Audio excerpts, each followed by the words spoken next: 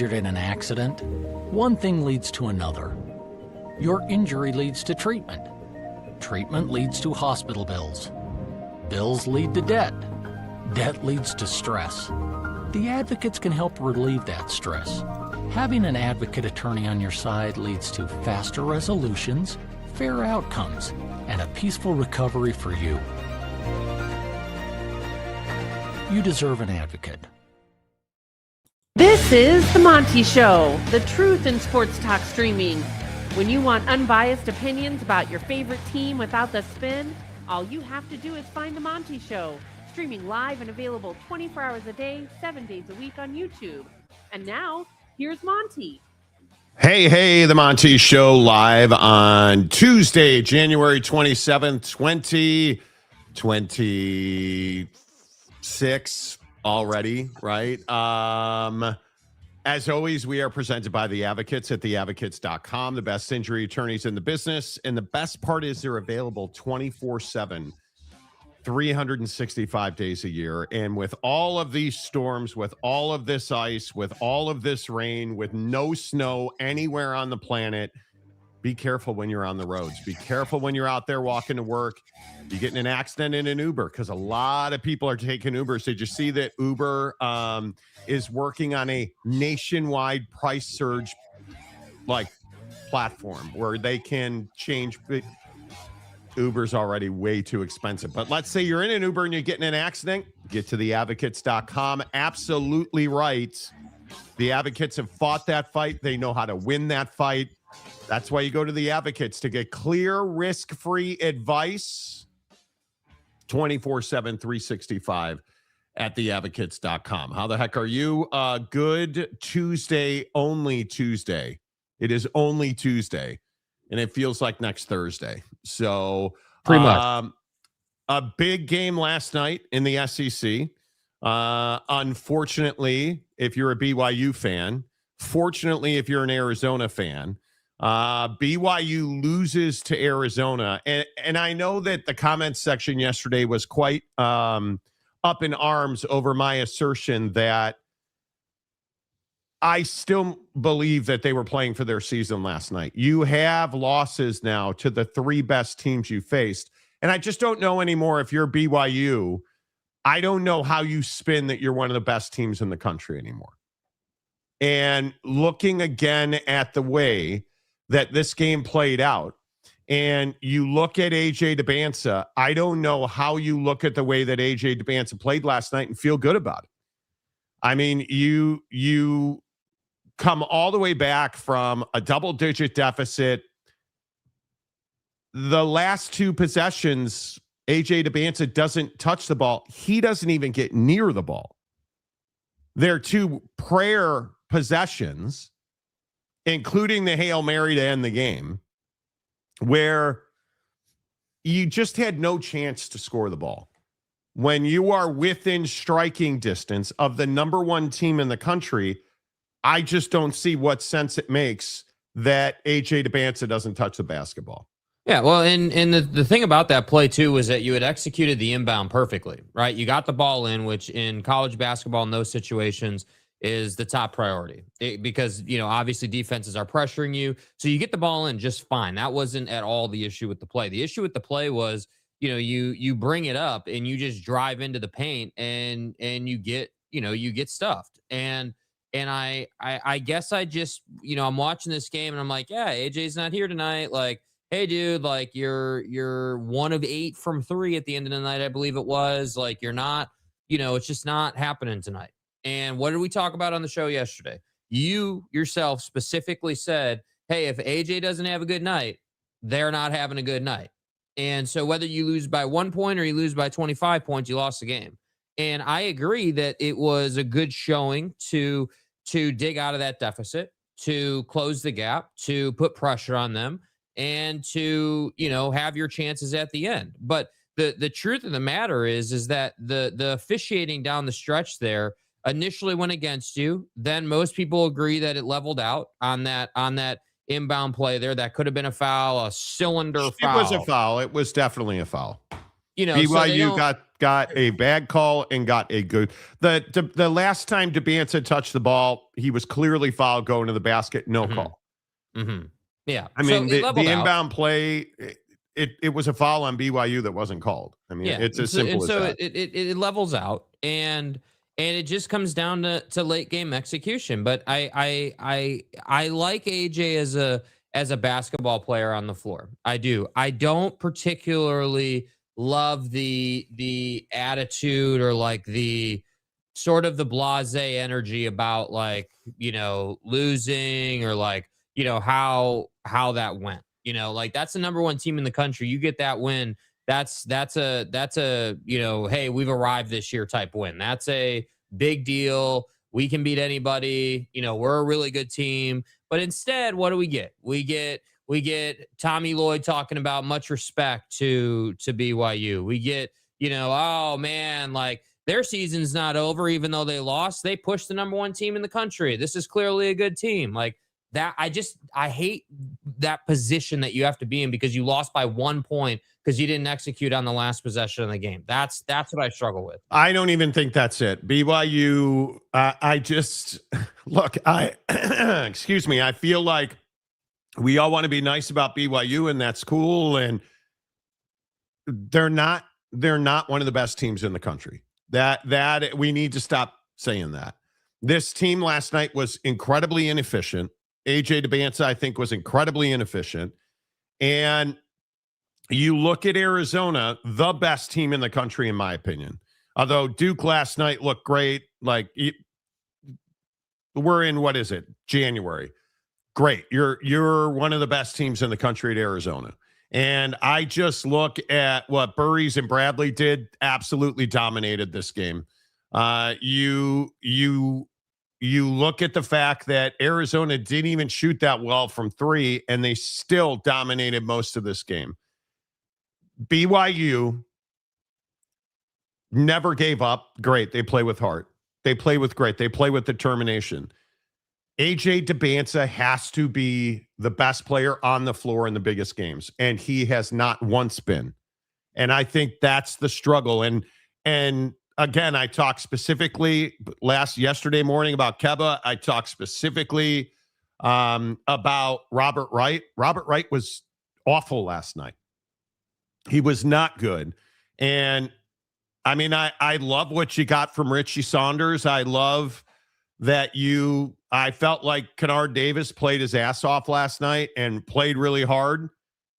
You got 11 points off the bench. And against Arizona, that's not probably going to be good enough. And I don't know how you fix it. I don't think there is fixing it. And this is the issue with one and dones. AJ DeBanza could be a generational player next season, but he's going to the NBA. So when you're his age and you have a chance to be, I truly think he could be the best amateur basketball player on the planet if he returned to BYU next year.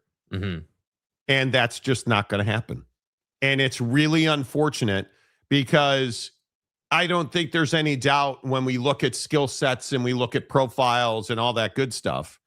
I don't think there's any doubt he's BYU's best player. He just doesn't perform like it. And that's the hardest part. And I also don't have any doubt AJ DeBanza should be the number one pick in the NBA draft. I think his upside, comparatively speaking, in a draft that's going to have a lot of young kids in it. Who knows what the boozers do? Who knows? But you start looking at this draft, and I don't think there's any doubt that AJ DeBanza's got the most upside. And it was no accident that the entire Utah Jazz roster, organization, any player who's ever played for the Jazz, all of their ushers, I believe, also were sitting courtside at BYU last night. Yeah, what it must be like for Ryan Smith to watch Kevin Young draw up that play to end the game and be like, yeah, how did AJ not get the ball there? What it must be like to be funneling all that money into BYU basketball only to see them lose by 1 in their own building. Like that's what I struggle with, dude. And I think that, watching this game, I understand. What does this have to do with his money? What it has everything to do with. So his you're money. going to be that guy. Money? No, bro. You don't give to NIL. Well, my expectation is here's $37. Okay. No, my expectation is you went out and you paid guys for the go best player in the undefeated. game. Bro, you went out and got the best player in college basketball allegedly to come to BYU, and the expectation is anything but it's to win. That's the expectation. And they've lost to UConn, Texas Tech, and Arizona.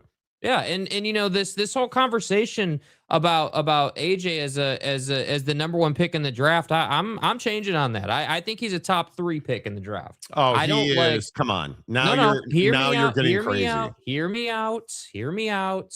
As a basketball player, skill set wise, is the best player in the draft. I am not sure that I would take him number 1 overall from a mentality, personality perspective. I don't like that he's this chill guy who's really blasé and it's just not a big deal and it's no problem. Like I don't like that. I don't like Cooper Flagg was not that guy in college. Cooper Flagg was a bona fide killer. I'm going to end you every single night type guy. Right. And what has he done in the league? Just exactly that. He's performed from day one. He's been there. He was also significantly more mature. He was also Cooper Flagg, again, it's what I say about AJ. Cooper Flagg was a generational talent. A once in a lifetime. I agree Cooper Flagg's a better player than AJ DeBanza. I don't have any doubt about that. I think when you look at the NBA draft, you're not drafting on what they're doing right now. Like if you take Darren Peterson over AJ DeBanza, I think you're out your goddamn mind. I think, and I who's got the number 1 pick? Indiana, right? I think when you look at Indiana and you start to understand, number 1, because I think it's DeBanza or Peterson those are pretty much the guys that everybody will pick 1 or 2. Right. Darren Peterson can't stay on the floor at Kansas. And we're going to get a look at those two head to head on Thursday night. But it's just, I just think AJ DeBanza has so much upside that I don't know. I don't even know how you would even consider not drafting DeBanza number 1. I mean, you look at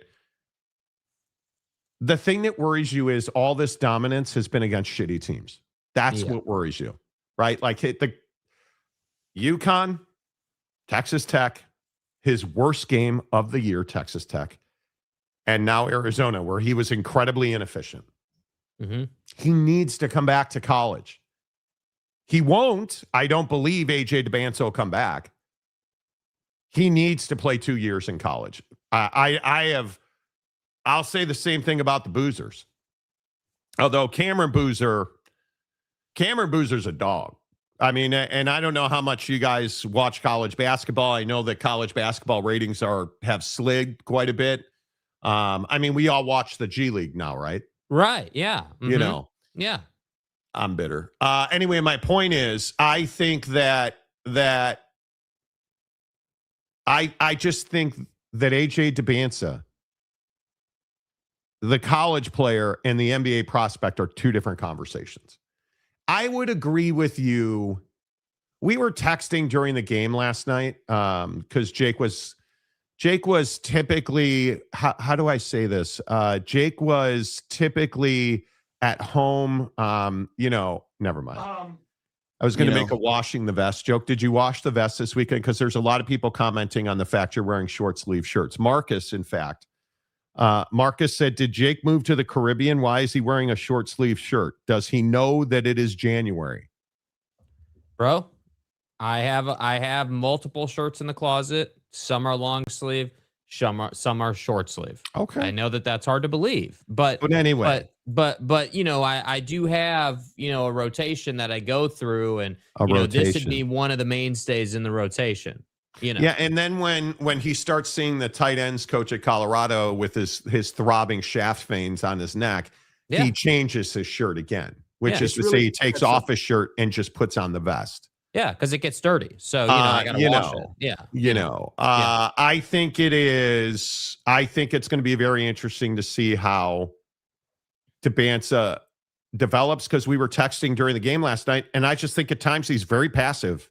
Yep. And I think that I know that KY is the greatest college basketball coach anybody has ever bought and paid for. I want that known. He's a hoe. I am just telling you now. KY is a big part of the reason that BYU lost that game last night. Though the last 2 or 3 offensive sets were a disaster. Mm-hmm. Even the play where Dabansa went to the rack and got fouled, no call. Terrible, terrible play design. Obviously, you're going to throw the ball to the other end of the court to inbound it, but you're not giving AJ Dabansa a touch in the last 2 possessions? Well, that's what I didn't understand. You inbounded it the way you did to not give it to AJ. Like, the whole idea of using the backcourt there is to bring it up, get him open, and get him the ball. I mean, you had 11 seconds with on the momentum. clock. You throw it to the other. So BYU was inbounding the ball under Arizona's basket. BYU is inbounding the ball in their offensive zone. But what they did is they threw it to the other end of the court so that you can have momentum, attack the basket, hopefully get fouled. That didn't happen. And it was really frustrating to watch that game. I think that this team is going to be a remarkably better team next year, with or without Dabansa. And you're going to have a different roster because you have a lot of, how shall I say, veteran talent that'll come back after they sign and play in the G League on two-way deals. Yes, of course. I'm incredibly bitter about that. But I am just telling you now, like, to me, Keba is a massive disappointment at this point. I was incredibly disappointed with his contribution. I look at Kennard Davis, who is Kennard's a junior. I would come back if I were him. Richie Saunders continues to be everything you want. He's a senior. And Robert Wright, I just don't know what do you get out of Robert Wright? I mean, this is a guy, again, I talked about it last night. I think he averages 17 points a game. And I'd have to look at the box. I think he gave you exactly 7 points on 3 of 16 shooting, 1 of 5 from 3. So let me get this right. Your 2 best scorers were 2 of 13 from 3. You just didn't play well against the best team in the country. That's what this is. And now you're going to have to go through this process of proving that you're a team that can beat a good team, because BYU's tournament statistics and their tournament resume is not good. It's not good. They have lost to the 3 best teams they faced, and that's why I said on the show yesterday, note that the BYU fans are very quiet this morning. But I would point out to you what I said on the show yesterday. You were playing for your season. You are playing for Big 12 tournament seeding. You are playing for NCAA tournament seeding. And you lost again. Your quad 1 wins are non-existent. And to me, it's a huge problem. And now, if we're keeping it real about the Big 12, I think the conversation about the grind of Big 12 basketball is real, because now you got to go to Lawrence. What is that, Thursday? You got to go to Lawrence. Or I guess that's Saturday, excuse me. Lawrence on Saturday afternoon. And I think that's an incredibly tough ask to go there and win a basketball game. Mm-hmm. And not an easy one. I understand that Kansas has not been the same team. And Bill Self's, again, got health issues, and they're coming out of a stretch where they're actually playing exceptionally well. That Iowa State win, was that 2 weeks ago now? I guess it feels like last year. The Iowa State win on the heels of losing 2 of 3 to UCF and West Virginia. Now you've won 4 in a row. And they're going into, Kansas has BYU at Texas Tech, Utah, Arizona, at Iowa State. Like, they have a stretch of games here. Obviously, Utah's a gimme win. But outside of the Utah win, you're home for BYU, at Texas Tech, home for Arizona, at Iowa State. Good luck. And I would also point out, you at the end of February, you got Houston at Arizona, two of your last 4 games. So I would have a feeling that Kansas is looking to make hay against BYU. And I Absolutely. think that, again, and I'm not trying to be a red ass about this BYU fan, but when we start looking at BYU's schedule, you don't have a whole lot of chances left here to prove that you're a great team, because you're either going to beat Kansas, Houston, Arizona, and Texas Tech to end the season, or you're going to end your season very early. Because if you can't seed yourself well in the Big 12, and if you cannot, in my opinion, they have to find a way to finish ahead of Iowa State. I think they have to be one of the top 4 teams in the Big 12 tournament, or they will not make a deep run. Yeah, well, I just think the execution, it just has to be better. You know, it is they are a team plagued by, we played the good team, we didn't perform. You know, we played the good team, couldn't get our best player the ball. Like I just don't understand that. That's what upset me and what frustrates me about this team. They're a solid team. Are they, national championship good? No. Are they solid? Can they give Arizona a game? Yeah, they can. Absolutely. But you leave that game last night and several games this year feeling like, yeah, dude, like, had you done a couple other things, a couple little things better, you probably win the game. And that's what's frustrating is that I very much wish that, like the play where AJ, gets fouled, but they don't call it. I wish that was his mentality more often. I wish that Kevin Young would implore him to be like, hey, you're not having a good shooting night. Like you're not having, the shot's not falling tonight. What does that mean? You got to get to the basket and you got to play make. You got to get your teammates open and go get fouled. Yeah. That's what you need to do, because against Arizona, you need to control the clock. You need to control possession. And that, I'm just telling you, like, it doesn't really matter to me whether the kid's mature or not at this point in his career. He's as mature as he is right now. Like, you have what you have in AJ. But is AJ Dybantsa? This is, I guess, the question.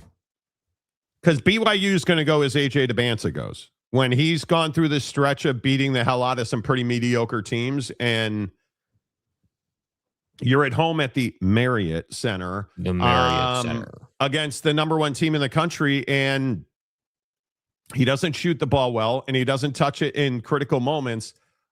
Like, what is the internal belief on AJ Dybantsa? Because the kid can really pass. So if your thought is that they're going to double him, great, let them double him. Let him pass. Right? Like we're in an era of basketball in this world where all we do is shoot threes. Shoot a 3.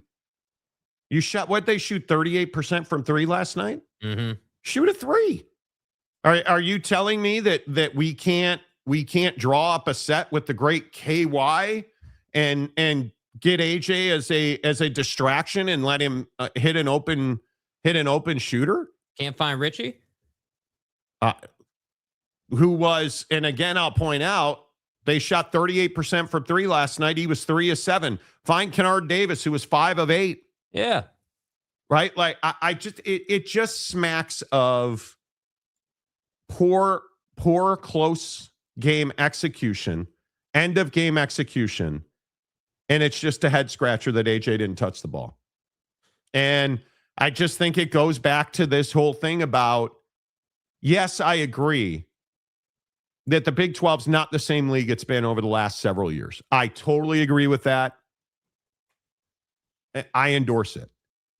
The struggle that I have is BYU is just not executing in big moments.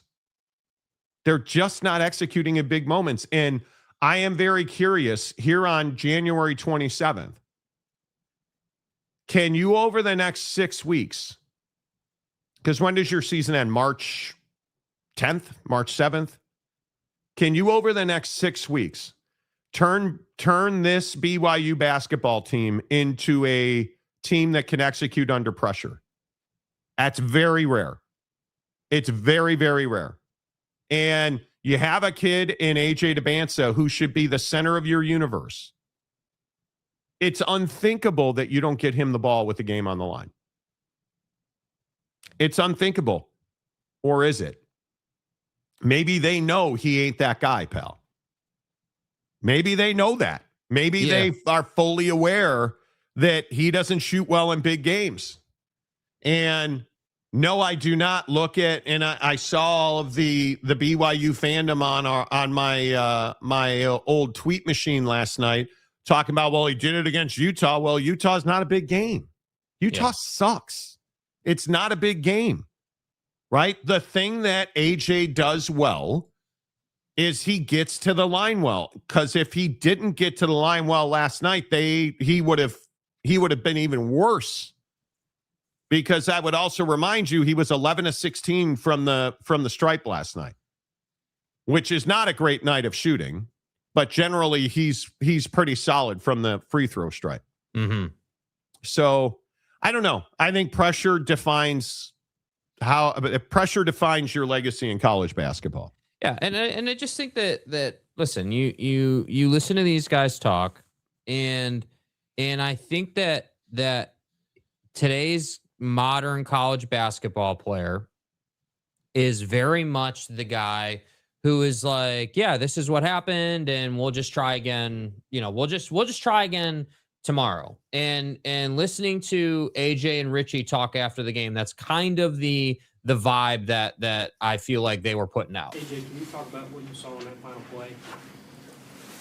I mean, Rob just made a good play, get to the rim. I think Jaden Bradley thought he was going to, try to bump him. Held the ball strong. Ref said it was a clean block. It was a clean block. I think it was a good opportunity. I think the way we fought was a little bit better. I'm just happy the way we fought. Richie, you guys were down double digits, about a minute to go in this game. How did you guys claw your way back into this? Yeah, I mean, just as a whole, we didn't execute as well as we'd like to, but in that last little bit, we executed well, and that's what it came down to. So, got to figure out how to just keep chipping away at making that 40 minutes instead of just good stretches. AJ, what was Arizona doing to you defensively tonight that led to not as efficient of a night as Gordon Cousins? Nothing. I missed shots. I normally make. My middies wasn't falling. Wide open threes wasn't falling. I just missed shots. So, right, first of all, I agree the officiating in this game was horrendous. Mm-hmm. The officials were terrible. Mm-hmm. That doesn't excuse how do you understand? BYU had no business being in this game. You just heard what I said earlier. You're down huge with under a minute to go, and you were in position to win the game, and you couldn't execute. Mm-hmm. It's as simple as that. Yeah, and it's not just players. That's the thing. It's not just players. It's the play that's called. It's how the players are running it. And I think KY is doing a good job overall. But I do think as a program, there's a lot of hype. The money, the players, the media, the locker room, all of it with BYU. They do a great job. But now we're at that phase where it's like, hey, dude, like you've got talent, not as much talent as Arizona or some of the best teams in the country, but you do have enough talent to be winning these ball games. And it's no longer, hey, we're just not as good as them. It's we need to draw up a better play that needs to be run to a higher level conversation. And I just think it's a shame because you in my estimation, with where you had that game with 11 seconds to go, you should have won the ball game. If you asked me that in the second quarter, no, you were going to lose by 15 at least, not even a conversation. But you do this great job of digging out, only to have those 2 possessions with the officiating and to have that last possession. And that's where I'm just like, dude, like, come on. And I think it needs to be the only reason BYU is in that game is because of terrible officiating. Like that non-call on the sideline is like, bro. And again, you could go back and when AJ went to the rack and didn't get fouled, that's a foul. I mean, he clearly forearmed him in the back, no call. But that does not change the fact. And I don't necessarily care. I know a lot of box score people in basketball. They just love to tell you, well, he was this and he was that. My point on AJ Demancia is, I understand he just said there, hey, shots aren't falling. But you need to understand that happens in basketball. But you need to then get super aggressive, get to the basket. Drive it like this. He has got the best spin move in college basketball, in my opinion. When he is running at you, he pivots, puts his back to you, and then spins usually to his left. It's unstoppable. You cannot guard it. Give me that with a kick to the corner. Mm-hmm. You throw him the ball in the backcourt. Set a pick for him at the timeline. Let him get downhill. Let him kick to whoever in the corner. This is not rocket science. Nope. And I just think that it just is what it is. Mike Smith. Jake has AJ puffy coat envy. I did notice that. He was wearing an all-condition gear. Yeah. He was wearing an all-condition gear parka. Hell yeah. Yeah. Oh, look. Guys. The TCU fan is here. My question is, how has BYU only had 11 points from their bench? Because that's college basketball these days. Arizona had 9 from their bench. You're not playing 20 guys. Yeah. Your rotations are very short. It's as simple as that. AJ was pretty dominant against Clemson and MSG. Who cares? What does that have to do with the price of tea in China? What was that? Pre-Christmas. That was like, I think, was that Thanksgiving or early December? What does that have to do with anything? In all seriousness, if you look at we're holding on to AJ was dominant against Clemson in 1937, December 9th. We're holding on to AJ was dominant 2 months ago. You don't have to always spin, slurp, and slam BYU just because it's BYU. He was ass again last night against one of the best teams they faced. Let's just stop spinning. Half his points came from the line. He was 1 of 8 from 3. Did not shoot well. We keeping the book right now, we ass. But he dominated Texas Tech. No, actually he didn't. 0 of 3 from 3. 1 free throw, 13 points, 3 turnovers. Oh. It's not good. And to bury a team like Utah, it's funny in talking to BYU fans don't even care about beating Utah anymore. Like, it's a foregone conclusion. Utah is that bad at basketball. So it doesn't matter that you went 13 against Texas Tech, 43 against Ass, and then 24 on a really inefficient night against Arizona where you lost in a close game. Yeah, I show up and tell the truth about the game last night. KY had a terrible night. Yeah. AJ had a terrible night. Yeah. I listen, I just think I don't know. I feel like we've reached the point with BYU basketball this season where they're 17-3 now. And you're like, well, they're 17-3. That's a good team. Well, yeah, it's a solid team, right? I mean, obviously in college basketball, the good teams are what? 7-loss teams, 6-loss teams most years, I would think, I mean, right? I mean, I think obviously the great teams are 5 or less, but to me, it is, Look, I just think that we're past the point of being like, man, like this is such a great team, man. They're the best ever. Like, 3 months ago in 17 days, don't forget that he had 37 in an inter squad scrimmage. I'm just telling you guys, like, again, the brand of the show is to just tell the truth about what we see. Duke, Michigan, who are the top 4? Arizona, yeah, UConn, Michigan, Duke, Maryland. Or no, Michigan, Duke, Nebraska. Those teams have how many combined losses? I think Scott Van Pelt said they have 3 combined losses. Arizona's undefeated. UConn, Michigan, and Duke are all 1-loss teams. And again, just for comparison's sake, right? You're looking at this and you're comparing BYU, who's got their 3rd loss now, to Gonzaga as a 1-loss team. Michigan State is a 2-loss team. Now I'll give, the other point is that BYU's, only played, 20 games now. So some of these other teams have played another game.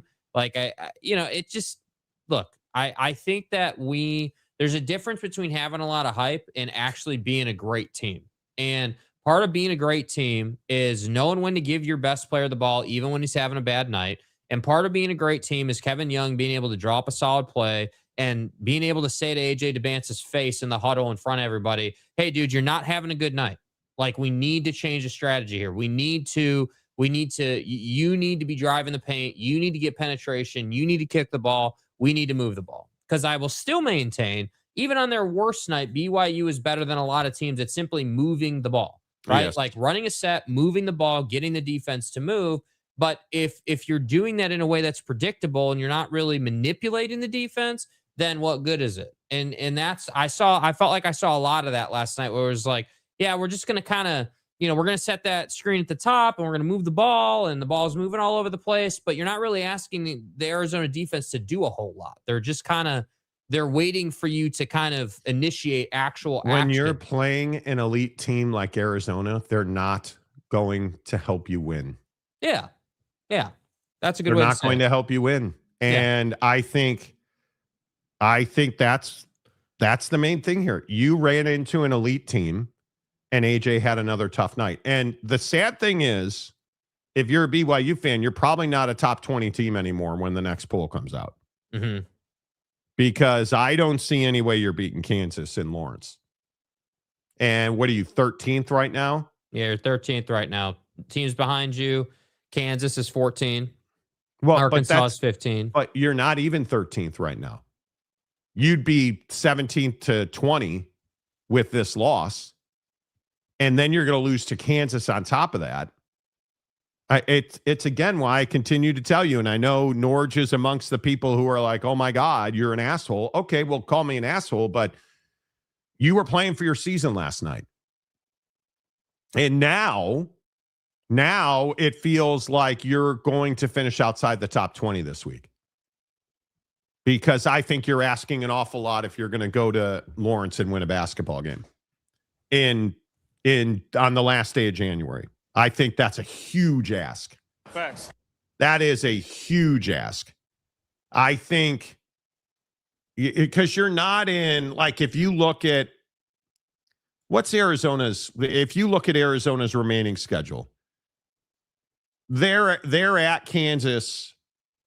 Let's see. Arizona State, obviously that's a huge game. But Arizona State, Bobby Hurley should have been fired already. Mm-hmm. How bad are they? Good Lord. Oak State, again, just not even relevant in basketball or football. Enjoy that now because I think they're going to be better in football. But then you're at Kansas, Texas Tech, BYU, at Houston on February 21st. That 4-game stretch, I would expect Arizona to win 3 of those 4 games. Yeah, and look at the wins on their schedule already, right? I mean, obviously, again, going back before Christmas, but this is what people are doing right now. So, you've beaten UConn, you've beaten Auburn, you've beaten, the professional program in Tuscaloosa known as Alabama, and now you've beaten BYU. So you have solid wins, you have other opportunities up ahead. You're in a good spot. I just look. And listen. I see you guys in the comments section, like Jay Chapman. Maybe Arizona is a great team. Maybe Arizona is a great team. Okay, sure. They're ranked. They're the number one team in the country. But what's the truth, Jay? What is the truth? The truth is there were 11 seconds on the clock. You were down 1. I don't give a damn who you're playing. That's a ball game you should win if you have AJ DeBanza on your team at home. That's a game you should win. I don't care who it is. Don't care how good the team is. AJ don't care DeBanza, how you wound up in that situation. Yeah, doesn't matter, right? You could have dominated and they come back. They dominated. You came back. Doesn't really matter to me. You're down 1 with 11 seconds to go, inbounding it under their basket, your offensive basket. How do you lose that game? How do you not get fouled? How does AJ not touch it? How does Richie Saunders not touch it? And how do you not get a better look than that? That's my question, dude. If we're really keeping it a buck, right? How do you not get a better look from a better player in that moment? That's what I don't get. Yeah, I don't know. And it's incredibly, it's disappointing. It's disappointing. And it is what it is. It is what it is, man. It's a tough loss. I don't think that AJ's, overrated or he sucks. But no. But there's this line in the sand that every basketball player inevitably walks up to of like, hey, yeah, you're, it's the old adage in the NBA, right? Are you the best number 2 in the league and you can give us 30 every 3 nights and, you're that guy? Or are you the franchise face of the team player who every single night has the answer? And some nights that's 45 points and 2 assists. Other nights that's 15 points and 10 boards and 15 assists. Like, who are you? And that's what I feel like. That's a question that I feel like AJ has to continue to work on answering is like, hey, my team is in this fight on this particular night against Kansas on Saturday. We're shooting it well, but we're not playing defense. Okay, let me lock in. Or like, that's what I feel like Kevin Young's got to get out of him now. Yeah, it is what it is. I don't want it. AJ DeBanza is a very good player. And I don't think anybody doubts that. Mm-hmm. The hard part is that Robert Wright shot with 3 seconds left. I hated that shot. And at that point, I'm just trying to think, when did Richie foul out? Yeah, he wasn't available on the last play of the game because he had fouled out. Yeah, but no, I'm aware he fouled out. My point is, I just would have done so much different on that last play. And we could sit here and we can break that down and we can try. I understand it. And you look at what, because I think he fouled out with 50 seconds to go. I don't think that changed the complexion of the game at all. And I just think that's, it just was bad play design. I was at the BYU game last night. The Cougs definitely looked flat and many fans left early. They did leave early. Norge Coug, thank you for being redundant. Saunders didn't touch it because he had fouled out. Right. But my point is, it didn't matter. He wasn't in the game. There was no play design there. You legitimately were like, all right, here's LJ Martin. Let's hand off the ball and run through the A gap. That's essentially what you did. And I hated it. And then Texas Tech showed up in the A gap and you didn't win the ball game. Yeah. I think BYU fans should hope for Sweet 16 and then go from there. I think right now the Sweet 16 almost feels out of touch. Are you really going to compare Gonzaga's loss total to teams in a P4 conference? Yes, I am. And why is that? Because their only loss is to Michigan. Gonzaga. So it was okay for you to make the case when BYU was in the WCC.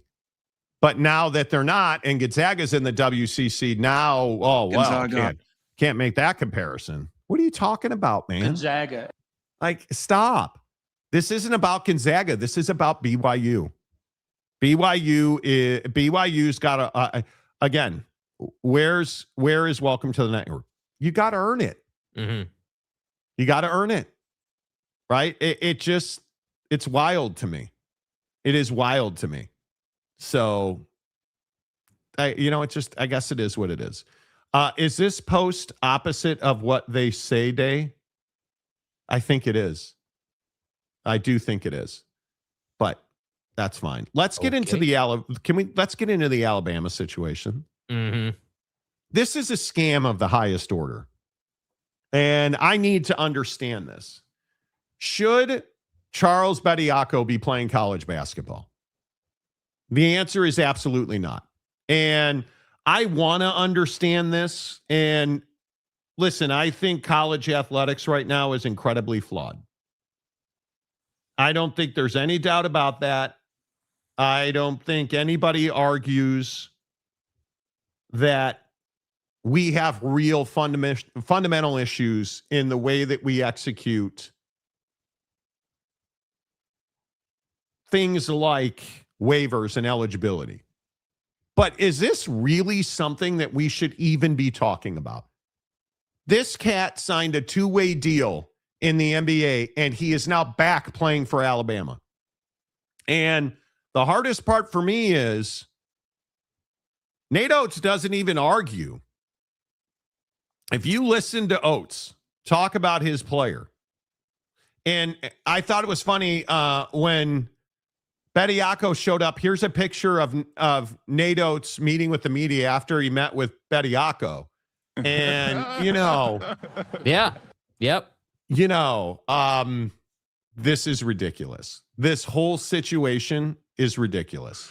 Everywhere I've been, and going back to my high school days, I'm going to do right by my players in every single situation as long as they didn't do anything wrong. Charles has done nothing wrong. Charles and his agent and his attorneys have seen what's gone on in the landscape of college basketball and all the former pros that are playing. Just about everybody we play's got one, and they've seen who the NCAA is allowed to be eligible, and they didn't see any reason why Charles won't be eligible, and I agree with them. So, yeah, I no matter what all the talking heads saying, I really don't really pay attention to it. I'm trying to focus on our team winning, but yeah, when they came to me and they wanted to get him eligible, and I agreed with their reasoning, the whole thing, I will stand by our guys every single time, no matter what the outside says, when they've done nothing wrong. And Charles has done everything right. He's eligible to play, and he's going to continue to play as long as he's eligible to play. Oh, right. Well, according to the judge who gave you an injunction, I wonder if he gave that injunction before or after he made another donation to Alabama. Look at that. The judge in the Alabama case is an Alabama donor. Who does Charles Bediako and Nate Oates? Nate Oates coaches Alabama. I thought it was Alabama Tech. This is one of the worst situations I have ever seen in all of college athletics. This is a cat in Charles Bediako who was on a professional basketball contract. And he has now come back to Alabama to play basketball. And I would love to understand how a judge who ruled on Bediako's eligibility is also as I think Front Office Sports called him, a six-figure Alabama donor. He has contributed between $100,000 and $250,000 to Alabama athletics. And I don't see how this is at all logical. I don't see how this is at all. I mean, I don't understand it. And we can sit here and we can wonder and guess. This kid was in the NBA draft in 2023. And he's on a 2-way contract with the Spurs. He played in the G League on January 17th. And now he is playing for Alabama.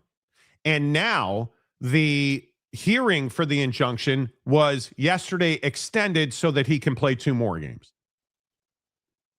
And we're just going to do nothing about this. And the judge has yet to recuse himself, even though he has been asked.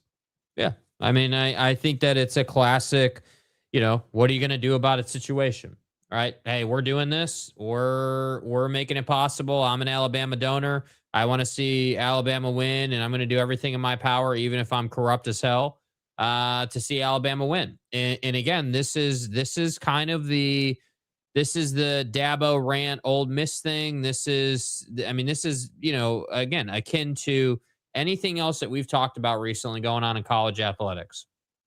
People are just doing whatever the hell they want to do because there's no enforcement body.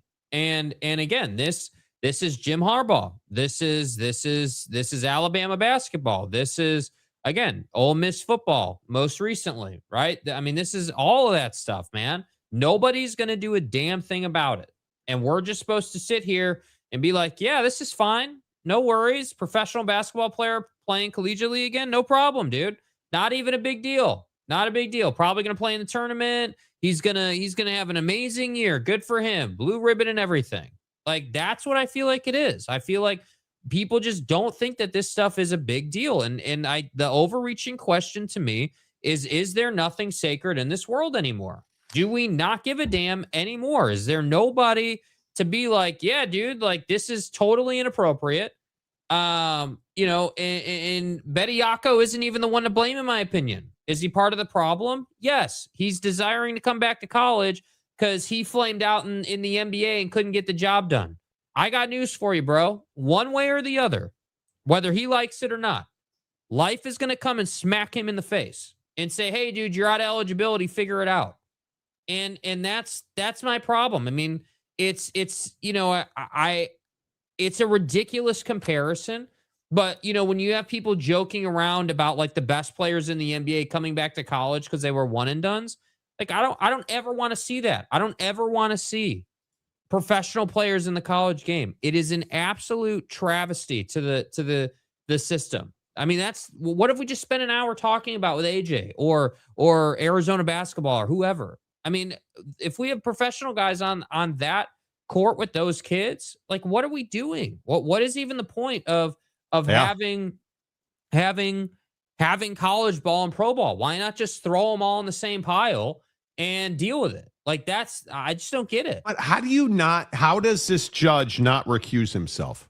Because nobody's making him recuse himself. Well, there's a request for him to recuse himself. There's no doubt about that. West, right? The NCAA is pressing to have him recuse himself, as they should.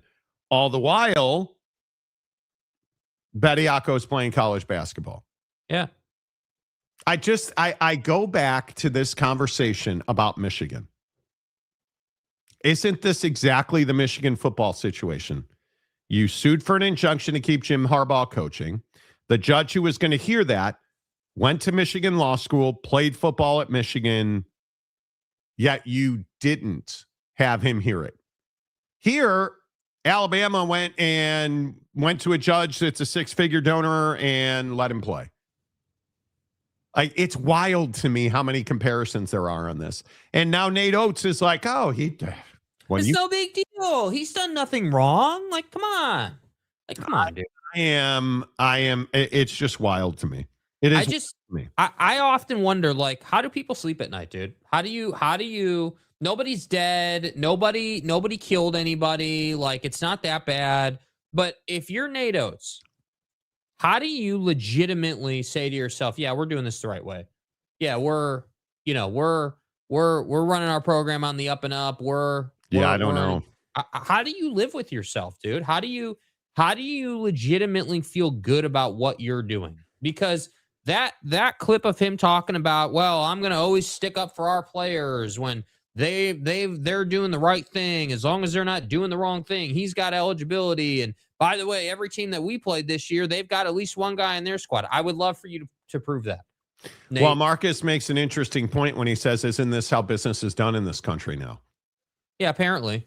It is. This is Apparently. exactly how business is done in this country, right? Like it is. Tampering 101. It is incredible to me.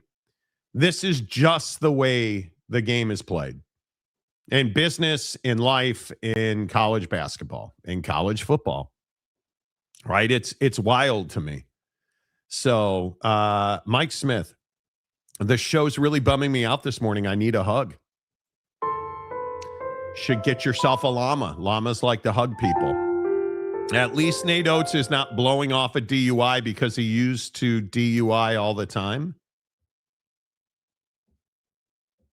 Okay. Apparently James wants to be funny today. I mean, you can keep trying. Just keep trying. Would you be surprised if Alabama was at some point having to vacate these games that he played in? No, I wouldn't. I think that it is the ultimate, hey, here's the bird to you guys because you guys wanted to give the bird to the system. And I do feel like it is it's very much a, hey, can you cheat the system physically? Yeah, sure. You can cheat the system and you can bring this guy back from pro ball, but we all agree that you shouldn't do that. We all agree that that's not proper, that you shouldn't be, that's not the right thing to do. And I just get sick and tired of these coaches, coach speaking us to death. And then behind closed doors, they're doing all this nefarious stuff. And that's what Nate Oates has always been, that guy, in my opinion. He just hasn't been in the spotlight. You all remember the wrong place, wrong time situation with that DUI and Nick Saban, basically put him on blast for it. And, Yep. It's just funny what happens when the SEC starts getting better in basketball. All of a sudden, we start getting stories out of the SEC about, well, pro basketball player comes back and wow, the kid's doing the right thing. Like, it's just, you're just a schemer, dude. You are schemers. Like, you are just a dude that can't sit there and be like, yeah, you know what, Charles, you signed a 2-way deal in the G League, man, and the NBA. Like, you committed to playing at that level. And because of that, you have said, okay, I'm moving on from college. I am stepping up to the pro ranks. And I just wish I was surprised by this. I wish I felt some level of surprise by the fact that I just think college sports is so flawed.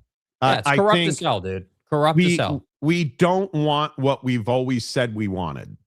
Well, we want kids to have freedom and eligibility.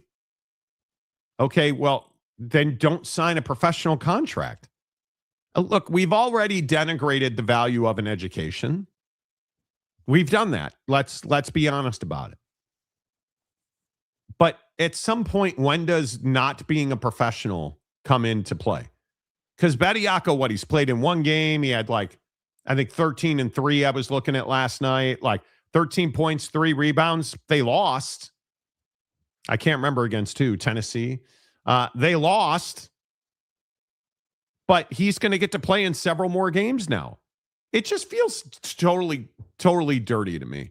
Yeah. And this whole idea that you can go sign a contract in the G League, you got to stop with this. You got to stop with this.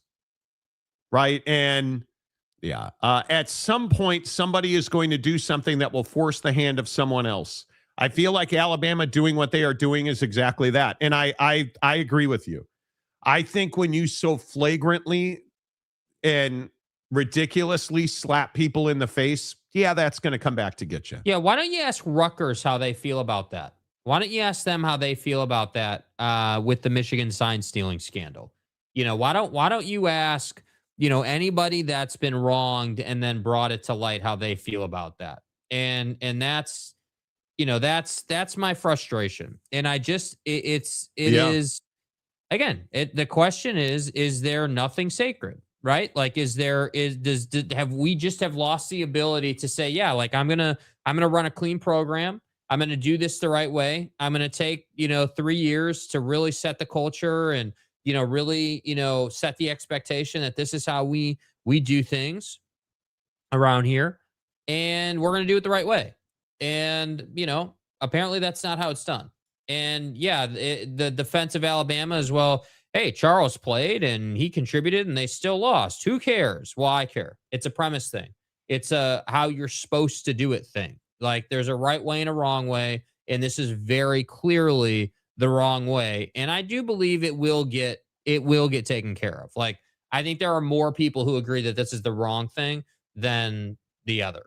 Wow. TCU James actually making a point. Just like tampering, if you sign a contract, there should be consequences. Tampering 101. But first of all, don't start with your logical BS. We all know who you are, James. Tampering. Right? We all know who you are. Let's not start, saying logical things. But I agree. I think this is a great example of that. This just is about not believing in consequences. Yeah. Totally agree.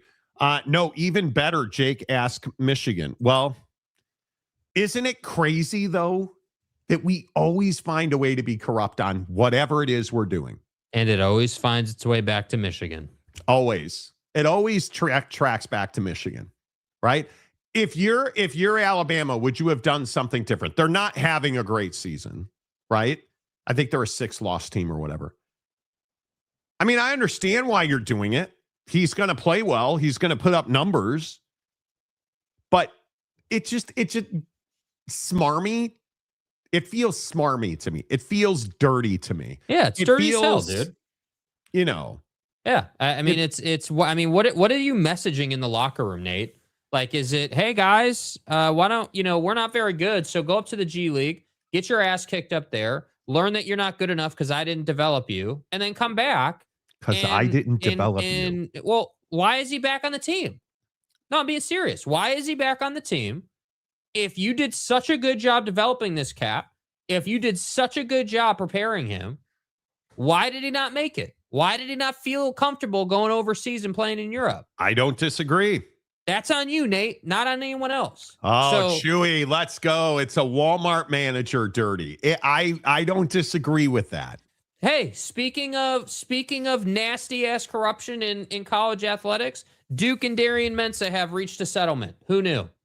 Like, how many of these situations? Ooh, that's Damon Williams, huge. Darian Mensah, Bediako, like, bro, I come on.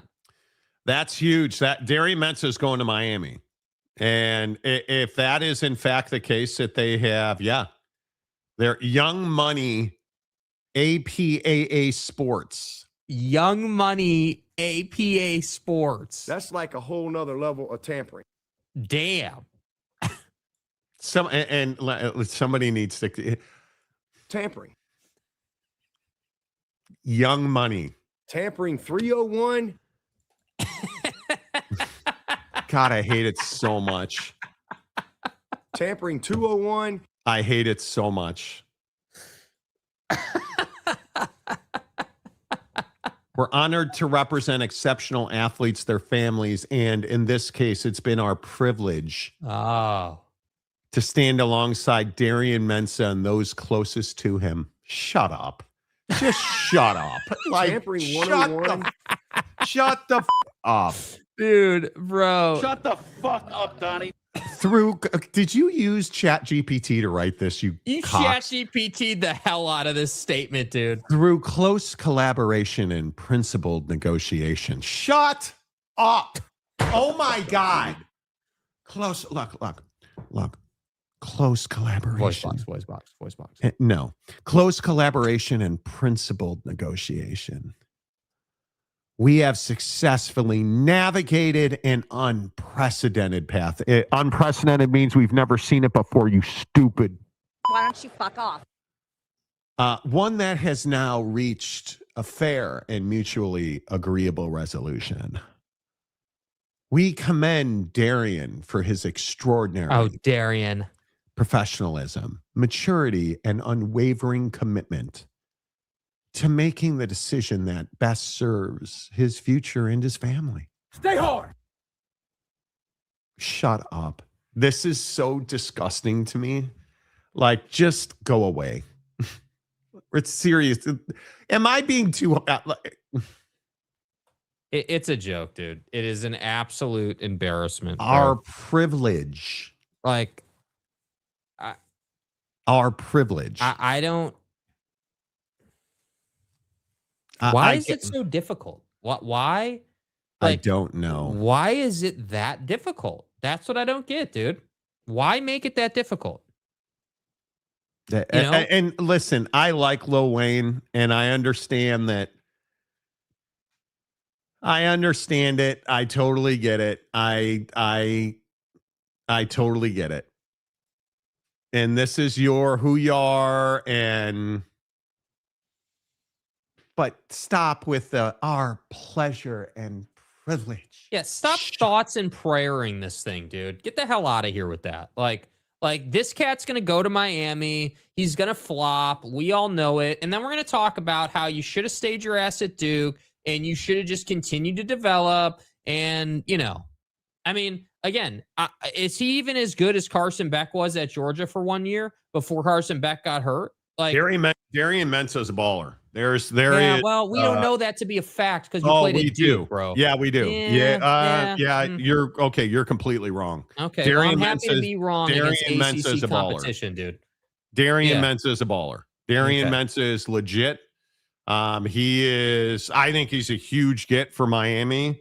I think that Darian Mensah there's a reason he's gone from Tulane to Duke to Miami. And he's going to be a player for Miami. This is what they don't have a quarterback at this point. He is significantly better than Carson Beck. That not even in the same hemisphere.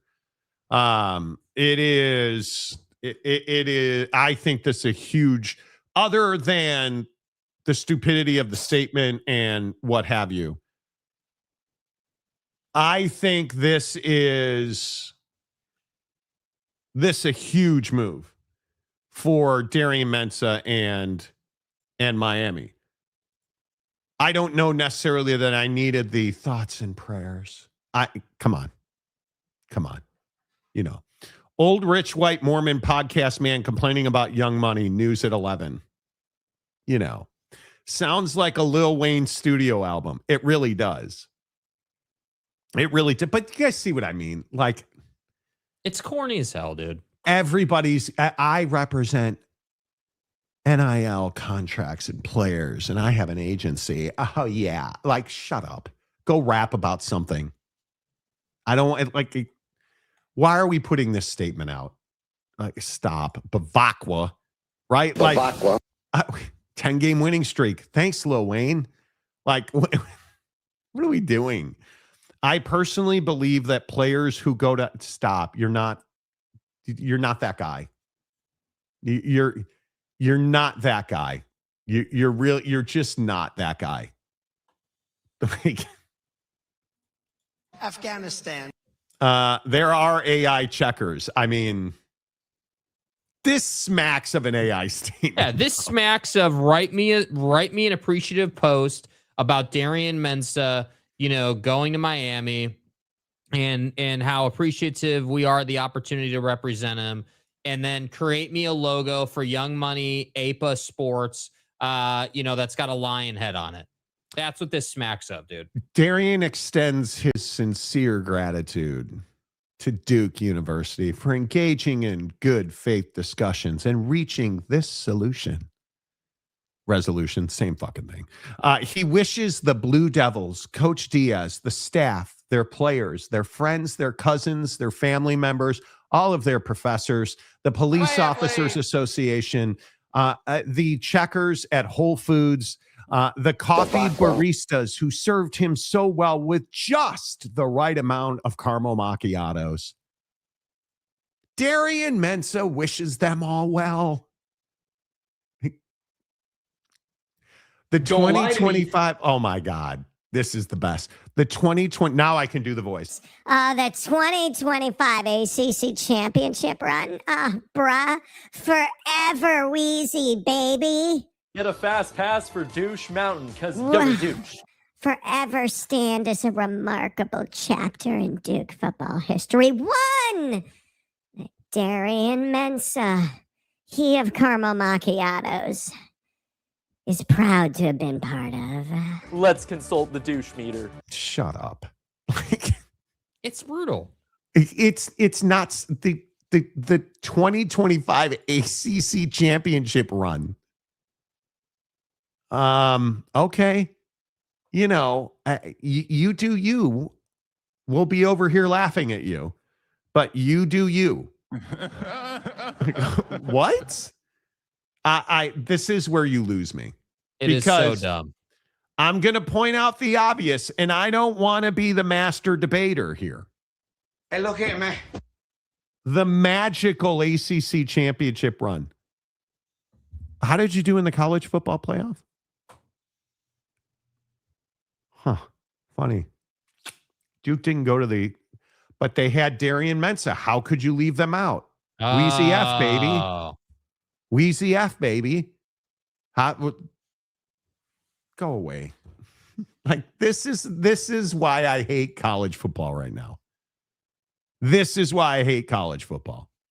You know, the statement definitely is overselling it. Thanks, ChatGPT. Yeah, Darian Mensah has deep-rooted respect. All I have to say to Darian Mensah is you better live up to it, dude. You better live up to it, bro. Darian Mensah would never go to the Dean Dome. Brother. Cameron Indoor for life. Right? Like, shut what a up. Joke, dude. Like what a joke. This is just a really sad state of affairs. Yeah, thanks, Dabo. Really, thank you. Like, you know, I just am. It's again, so good. It's so good and it's so bad. Right? Like, and I think it should be stated that this is exactly what my point was. It's going to be very interesting to see Duke in Miami. I'm here for it now. And his deep-seated respect. Yeah. Okay. For Duke. Sure. He's forever indebted to Duke for the ACC championship run that was the greatest. Garbage. You know, you played nobody. You didn't even go to the CFP. It was the greatest 9-5 schedule anybody's ever seen. Dude. And they were saying absolute joke. And they were saying that. People were telling me that 9-5 Duke team was special.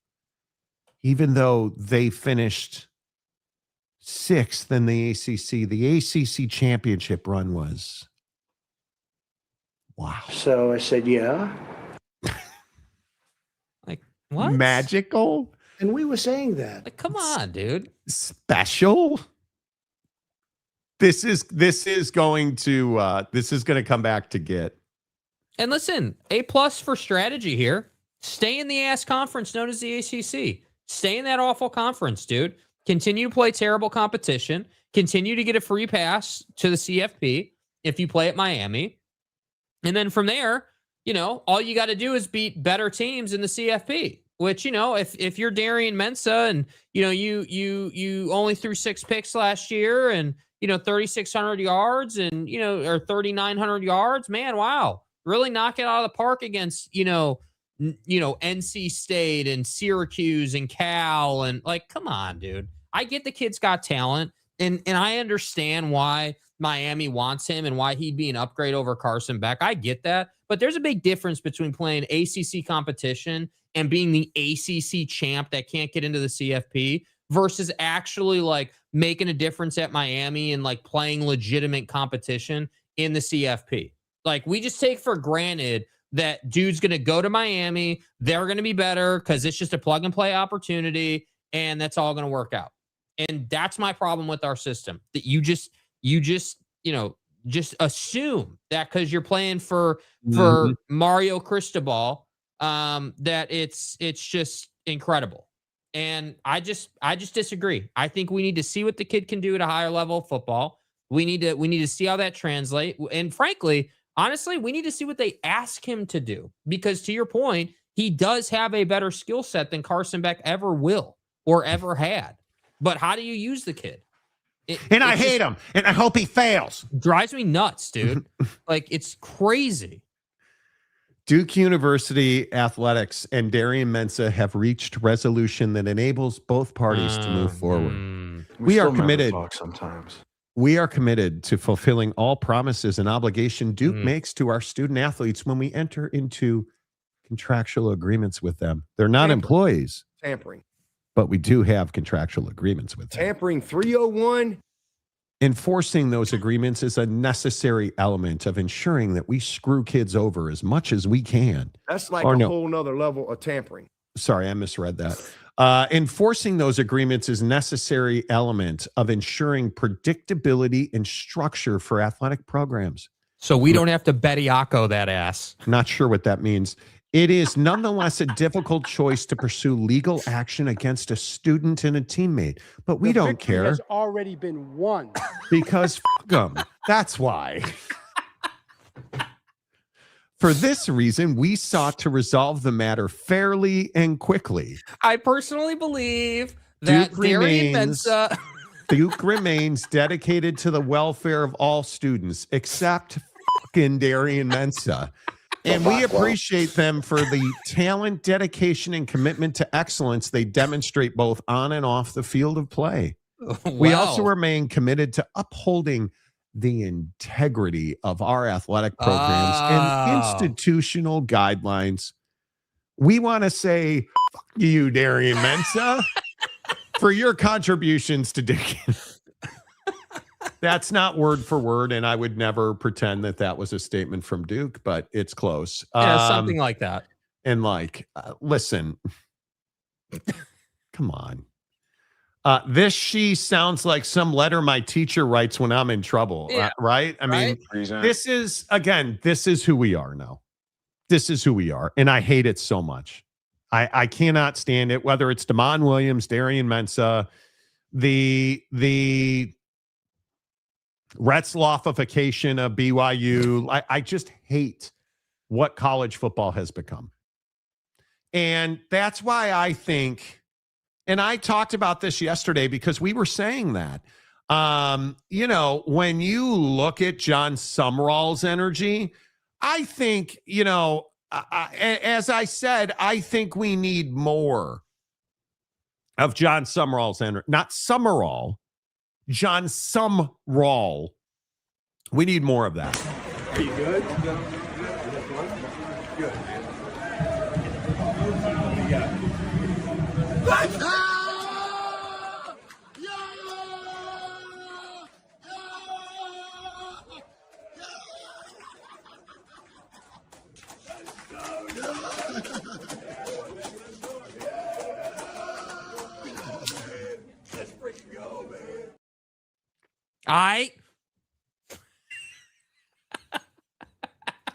So let me get this right.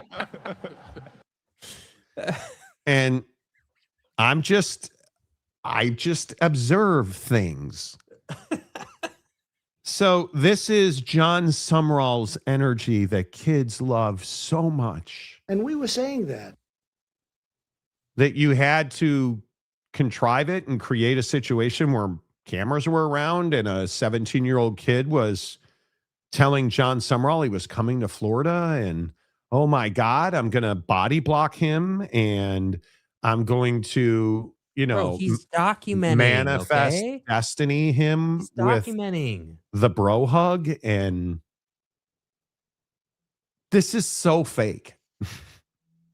This is so fake. Let me ask you this. Why is it okay when Deion in Colorado do it, but it's not okay with Sumrall? I don't think we've ever seen Deion Sanders almost knock a kid off his feet in a corridor of a basketball arena.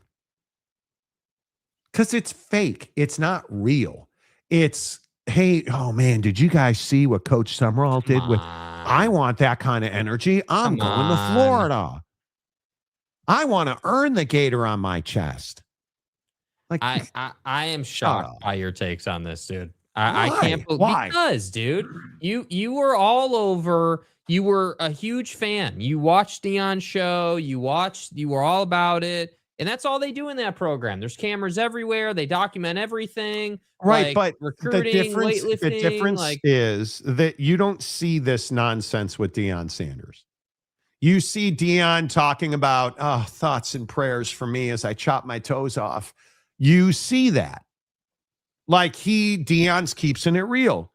You're seeing him with on National Signing Day, all of that stuff. You are seeing Deion Sanders doing his job. You're not seeing him, how shall I say? You're not seeing him Gannon dude in the hallway of a basketball arena with his excitement that he's joining the Florida Gators. No, you're not seeing him. And I want to be, you're not seeing him go full Micah Parsons with that shaft on a kid at a basketball arena. Right? Like you're not seeing him go knuckle deep, boys, on his recruits. It's awkward. Do we need to be body blocking 17-year-old high school kid? Do we need 911? What's your emergency? Well, yeah, look here, man. Our head coach who earned the script on his chest just absolutely assaulted this kid in the basketball arena. We're gonna need you guys over here. There is a white guy assaulting a young black kid at a Florida Gators game. Are you good? Good.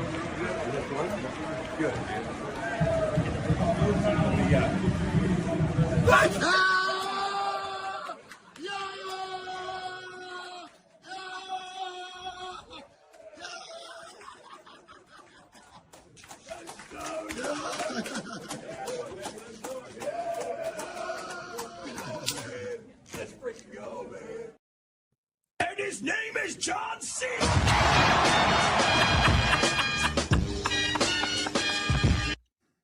Nah, bro. This is a joke.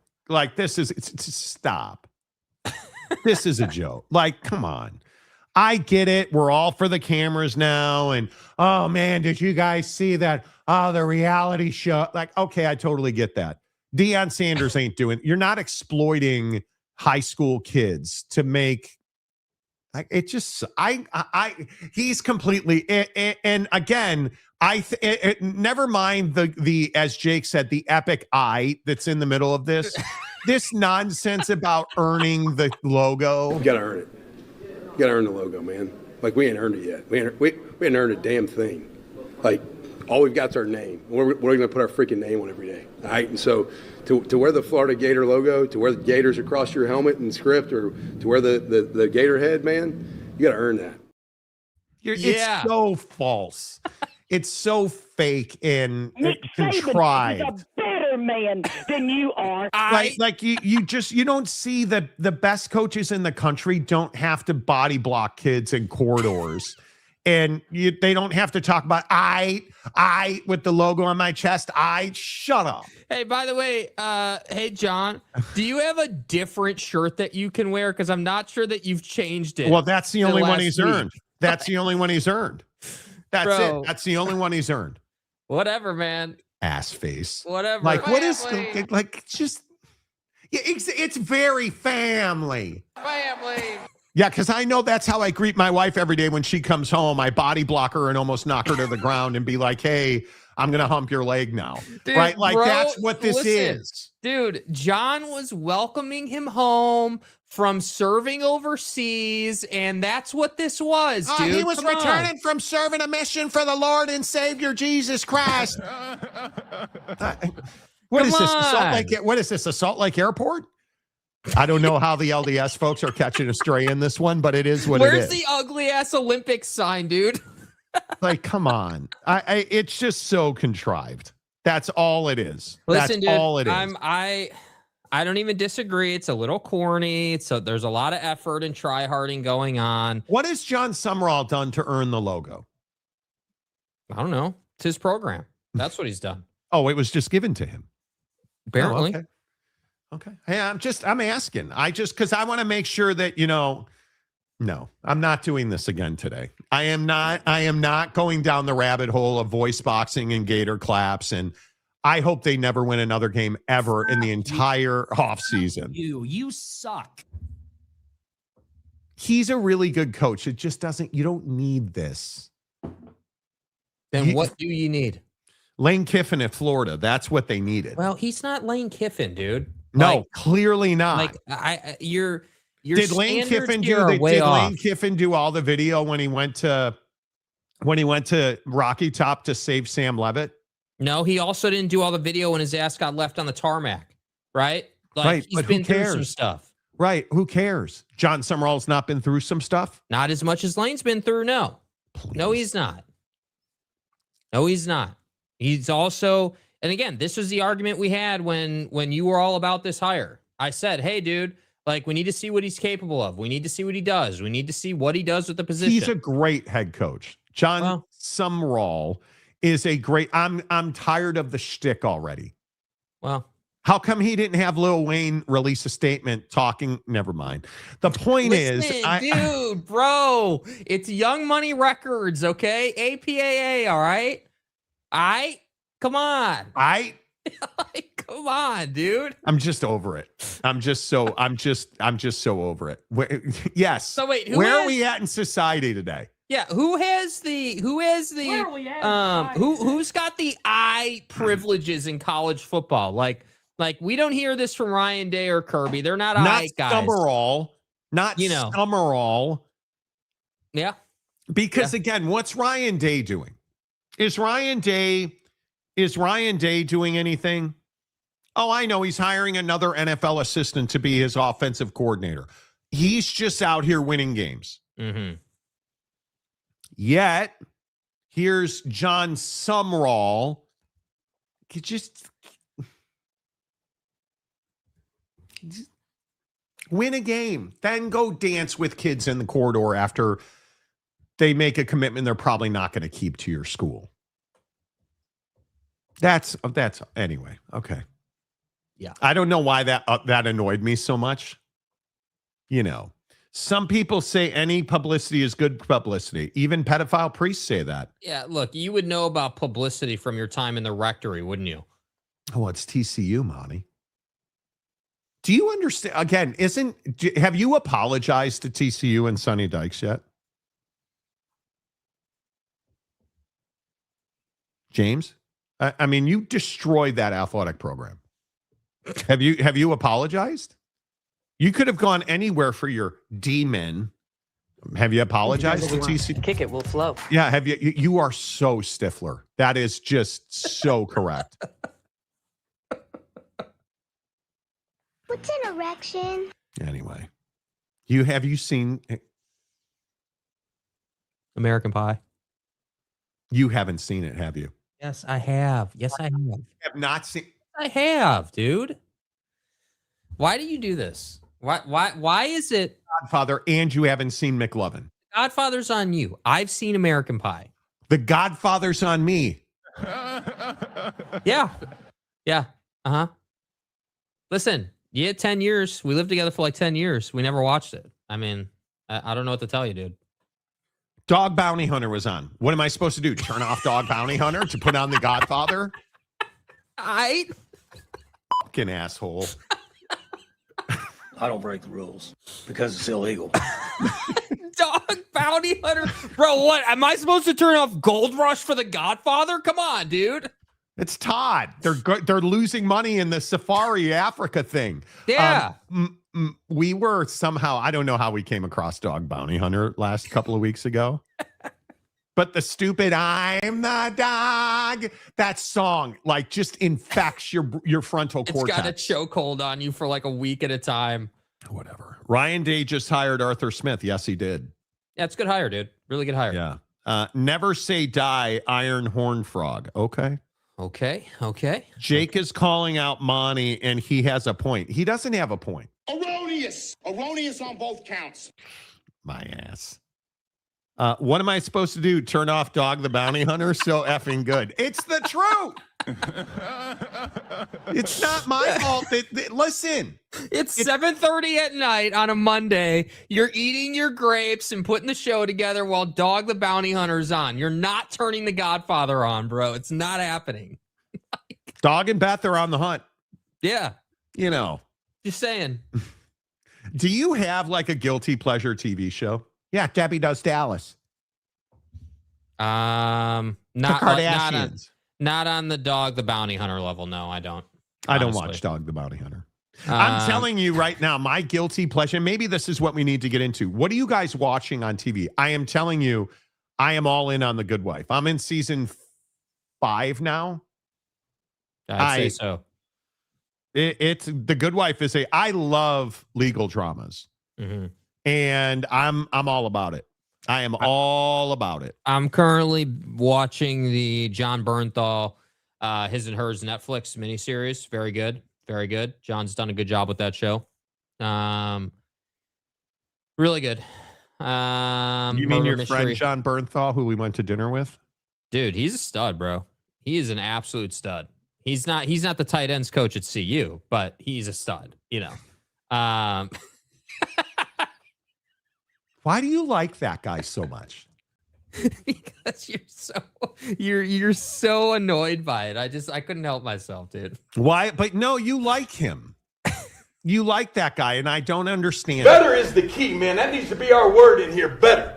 We're not worried about just being the best. We got to get better every day. All right. So a better you makes a better CU. All right. A better you makes a better CU. And don't forget about this every day you work out. They thought they buried us, but they didn't know we were seeds. You got me? So remember that every day. Hey, you got me, Jake? Hey, Jake, you got me? All right. Yeah. He's got privileges. That or John Summer. You want throbbing cockneck or John Summerall? Oh, did you see the vein in his neck, man? Wow. Wow, that's incredible. Veins, multiple plurality. Are people Myron? Like, it's just, yeah. Landman's excellent. Yeah, it is. Yeah. You know. Noon is burying Brokeback Buddy. Well, no one. That would be no one. Noon. Right. Yeah. Okay. Yeah. Brokeback Buddy is probably look at the veins on his neck. You just don't look at anything but Brokeback Buddy's neck. Look at his Better neck. is the key, man. That needs to be our word in here. Better. We're not worried about just being the best. We got to get better every day. All right. So a better you makes a better CU. All right. A better you makes a better CU. And don't forget about this every day you work out. They thought they buried us, but they didn't know we were seeds. You got me? So remember that every day. Dude, how does that not fire you up, bro? How does that not just get you going? Dude, because it does. Because I want throbbing cockneck. That's Okay, my bro. entire goal in life. Right? Like it is wow. Brokeback Buddy. Cockneck. Yes. Yes. Tell me I'm wrong. Yeah. Jake is a fan of bulges and veiny ones. Full stop. There you go. Yes. Yes. He's got full-on blue vein throbber neck. Behind the scenes, his name is Dickhead. Dude, you guys, I want you guys to thank me for the work I put into this show. What would this show be without throbbing? James, Oh, Jake, those videos are so good. What would this show be without, quote, throbbing cockneck on the TV? Oh, Jake, you got nothing to worry about with that former Walmart wife of mine. You're everything to me. I mean, you're second to throbbing cockneck, but, you know. Juicy. I'm amazed by it. Jake, he's the veiny one is winning. Right. Here we go with Bradley Cooper talking about steroids. He is very Bradley Cooper. Better is the key, man. That needs to be our word in here. Better.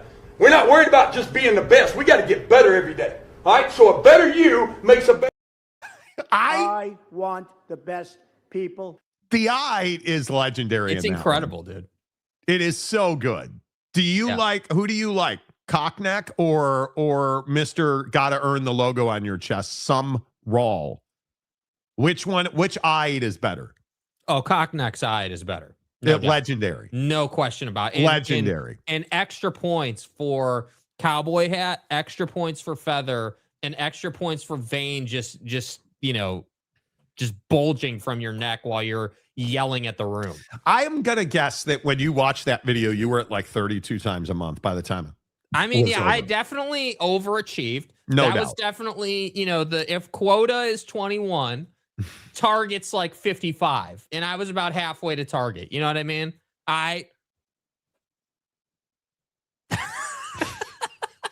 You just go too far.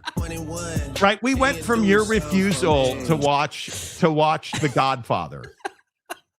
From a kid who grew up watching SpongeBob to an adult who won't watch The Godfather. That's right, T.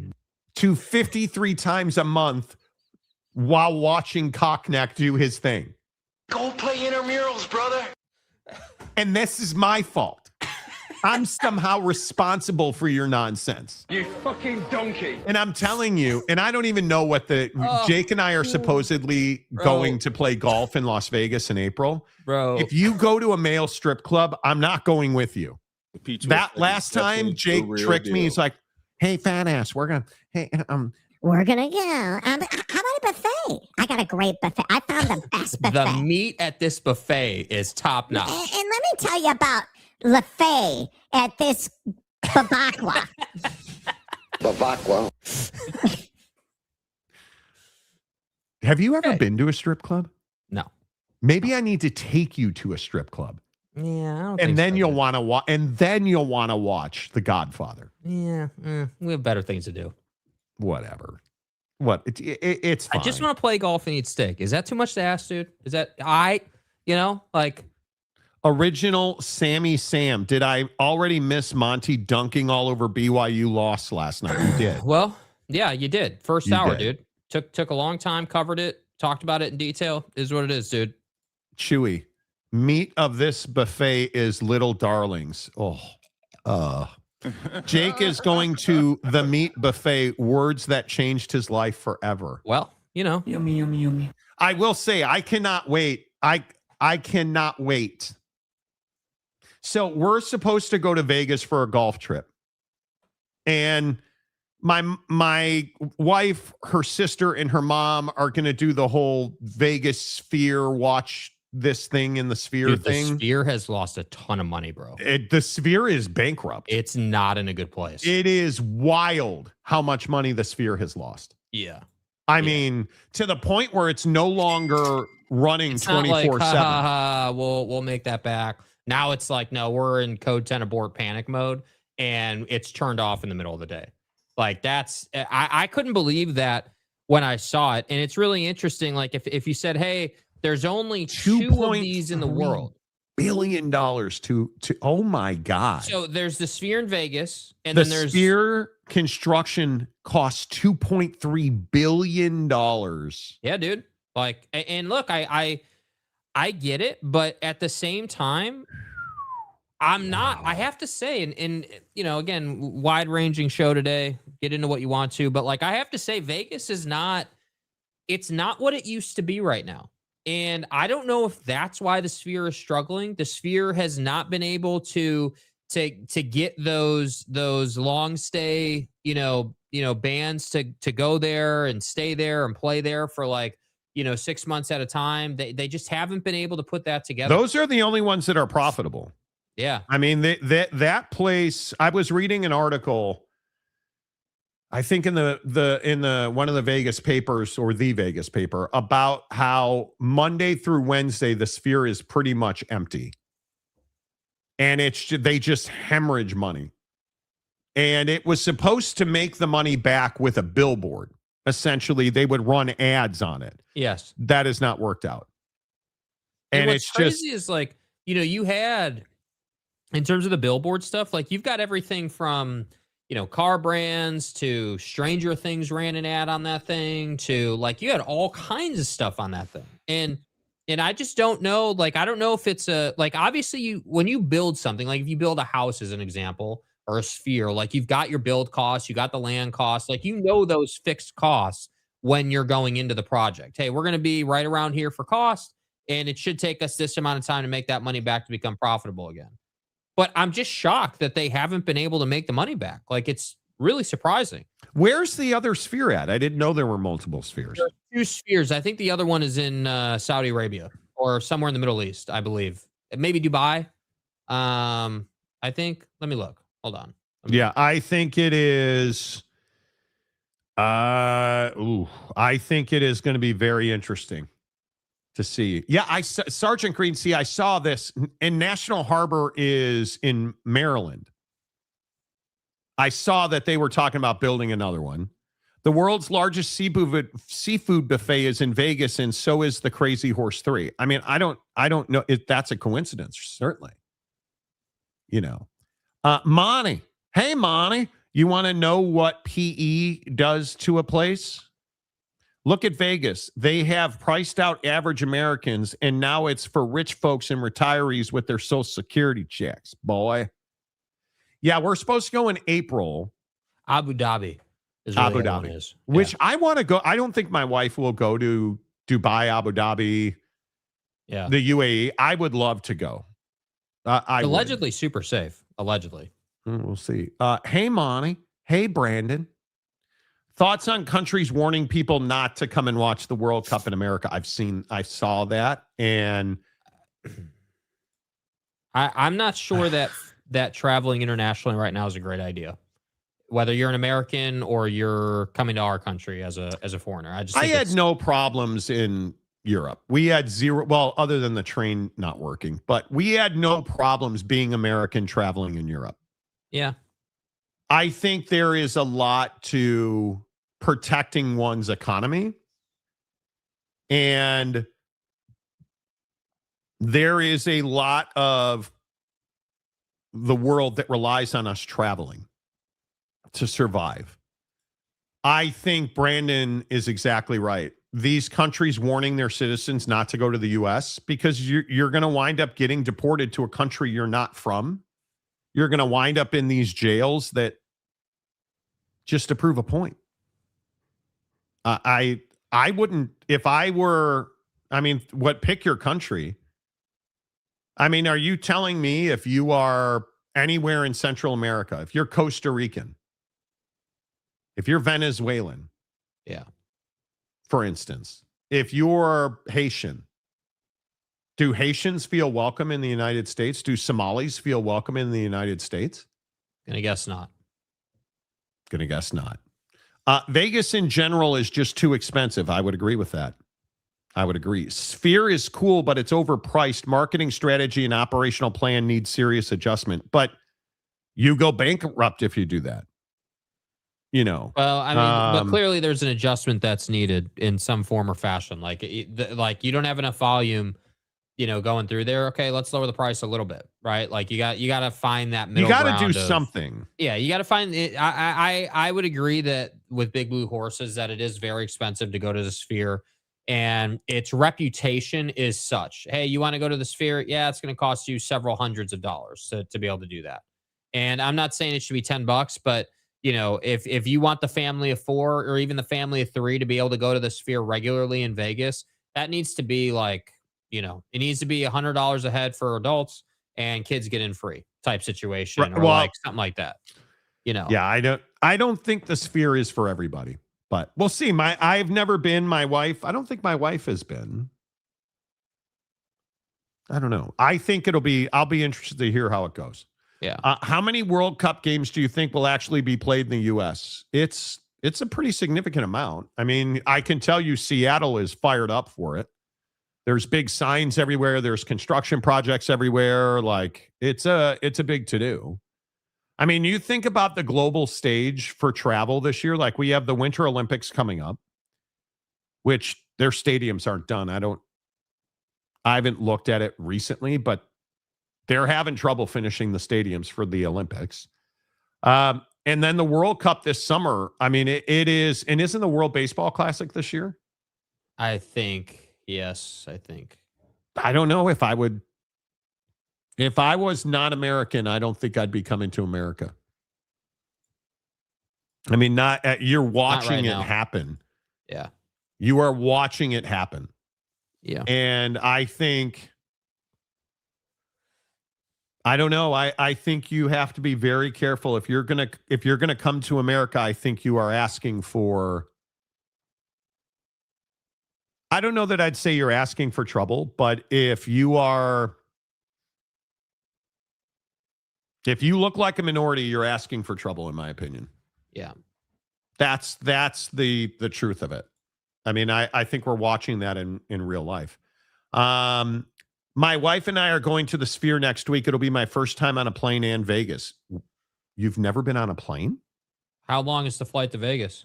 Yeah, where are you, Sean? I love travel. I really do love travel. Mm-hmm. I am a big fan of it. I just think if you're not being impacted by things that you've never seen or felt, I think you're missing out. You've got to live, right? Yeah. But that's just me. Marcus says 79 World Cup games max will be played in the United States. Okay. 79. Feels like a lot. If you can stand the plane ride, I highly recommend seeing Dubai at least once in your life. Amazing experience, and they take security and safety seriously. I don't have a problem. I think that international travel via plane is very underrated. I think that I think a lot of people here 10 hours, People 15 will hours. eat each other. Listen, you got to have the money to do it at a proper level, right? If you're gonna fly 15 hours in basic Not economy, coach. that's gonna be rough, dude. Not coach. If I'm not saying it's got to be first class, I do think it needs to be, like when we went to Europe, we did not do Delta One. It was available, chose not to, opted for Premium Select, which is like first class on a domestic flight. But now you live in Eugene. Mhm. Excuse me. Now you live in Eugene. Travel is brutal. Yeah, well, it's just one of those situations, and I've spoken about this where when you don't live in a metro that's got an international airport, that makes things more challenging in terms of flying. You have to go to a hub, and then you can get to wherever you want to go. And it's unfortunate, but it's just part of it. It just is what it is. It's a pain in the ass, but what do? You deal with it. Yeah, I don't know. Did you guys see real quick before we talk about something sports again? Parts of Australia are 122 degrees right now for the Australian Open.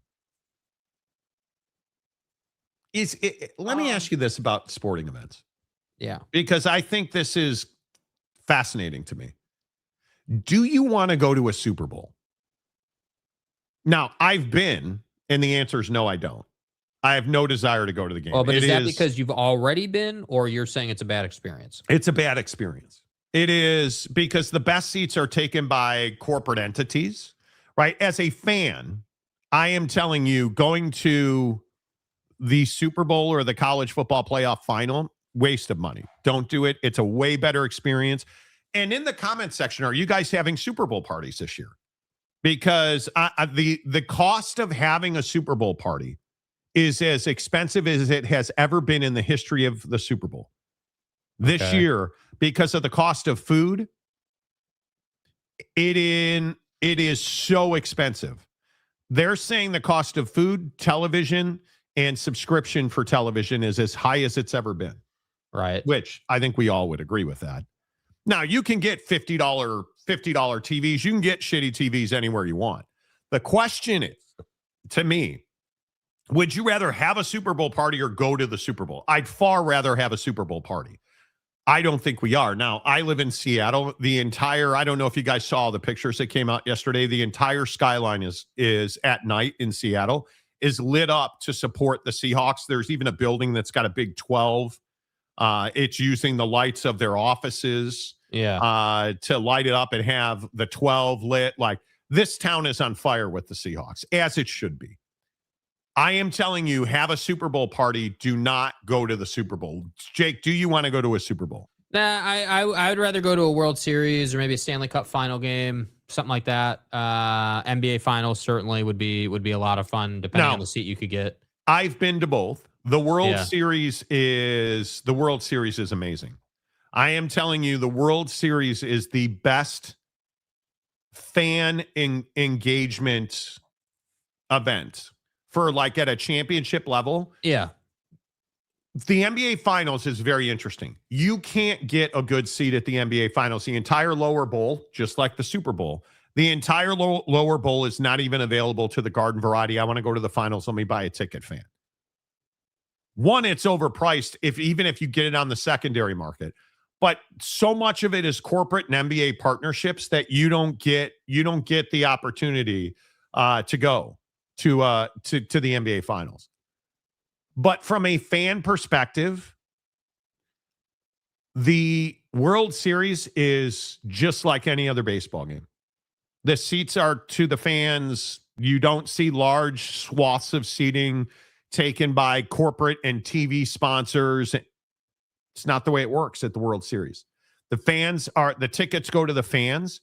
The boxes now, a lot of those boxes get taken over by Major League Baseball. But at the Super Bowl, the entire lower bowl is given away or sold to corporate sponsors. It's just not an enjoyable experience. Yeah. I would not go. And I think the other thing is with football, there's so much that happens like that you can't see from the stands that I just think I don't know. I just would prefer to watch it, at home. Like I just would. Yeah. I think the cheapest Super Bowl ticket is $7,000. You're out of your mind. Yeah. Why are we spending $7,000 to go to the Super Bowl? You're out of your mind.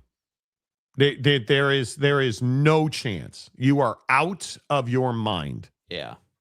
I'm not doing that. I mean, I would, there's so many other things I'd rather spend $7,000 on. Yeah. $7,000 is the cheapest entry price for the Super Bowl right now. Yeah. Can't do it, dude. Can't do it. Sorry. Like, what are you even thinking? Yeah. And you're not going to be able to get a good seat. You're not. Brandon Butler, I feel the Stanley Cup is the one championship that would be worth seeing. Barns seem filled with their fans. Hockey's amazing at a championship level. Brashear, I 100% agree. Watching games from home is the best. I'm telling you, you fire up the Traeger, you get your friends over, you get your family over. Yep. Now, I'm also not the guy. Do I say this out loud? I'm not that interested in the Super Bowl. Yeah. Am I going to watch? Yes. Here, let me put it this way. You're more interested in Brooks's return to the tour. I'm excited about Brooks Koepka. The Super Bowl. I am excited about Brooks Koepka. Yeah. There is no question about. Are you not? I am. Yes, I am very excited for it. And it's really cool to follow it during the week because they're at Torrey Pines and to be like, yeah, I've stood on that range. Yep, I know right where they're standing. Stood right where they're standing. Very cool. Yeah, I think it is. I think it's going to be very interesting to see the hype around the Super Bowl. Are you guys excited for the Super Bowl? Yeah, that's right, Sean. Tostitos and salsa are $12 at home. Yeah. That's right. And you can get your protein from Chipotle. Yeah, the other thing with the Super Bowl too is it's such a long event, dude. It's what is it, 5 hours at least? At least. I mean, it's such a long. But you have fans like at Kansas at Fog Allen. Did you guys see all the Kansas fans sleeping in the arena to get tickets to the BYU game? Now, your college kids totally get that. You're sleeping in the arena for days for a basketball ticket in a regular season game at Kansas. Yeah, they don't care about that. It's BYU. That's wild. Yeah. What are you willing to do for a Super Bowl ticket then? I'm not willing to do anything near that. Look at the Waste Management in Phoenix. Oh gosh, dude, don't even that's a whole other beast, bro. Like what people do at that tournament is crazy, dude. Look, I understand the whole tournament whole thing, and I like the vibe of that. The stadium and that's hole, great. Yeah, the stadium hole, but I just I don't know, dude. I don't know why we need to see every year drunk guy half naked running across the fairway. I just don't understand it at all.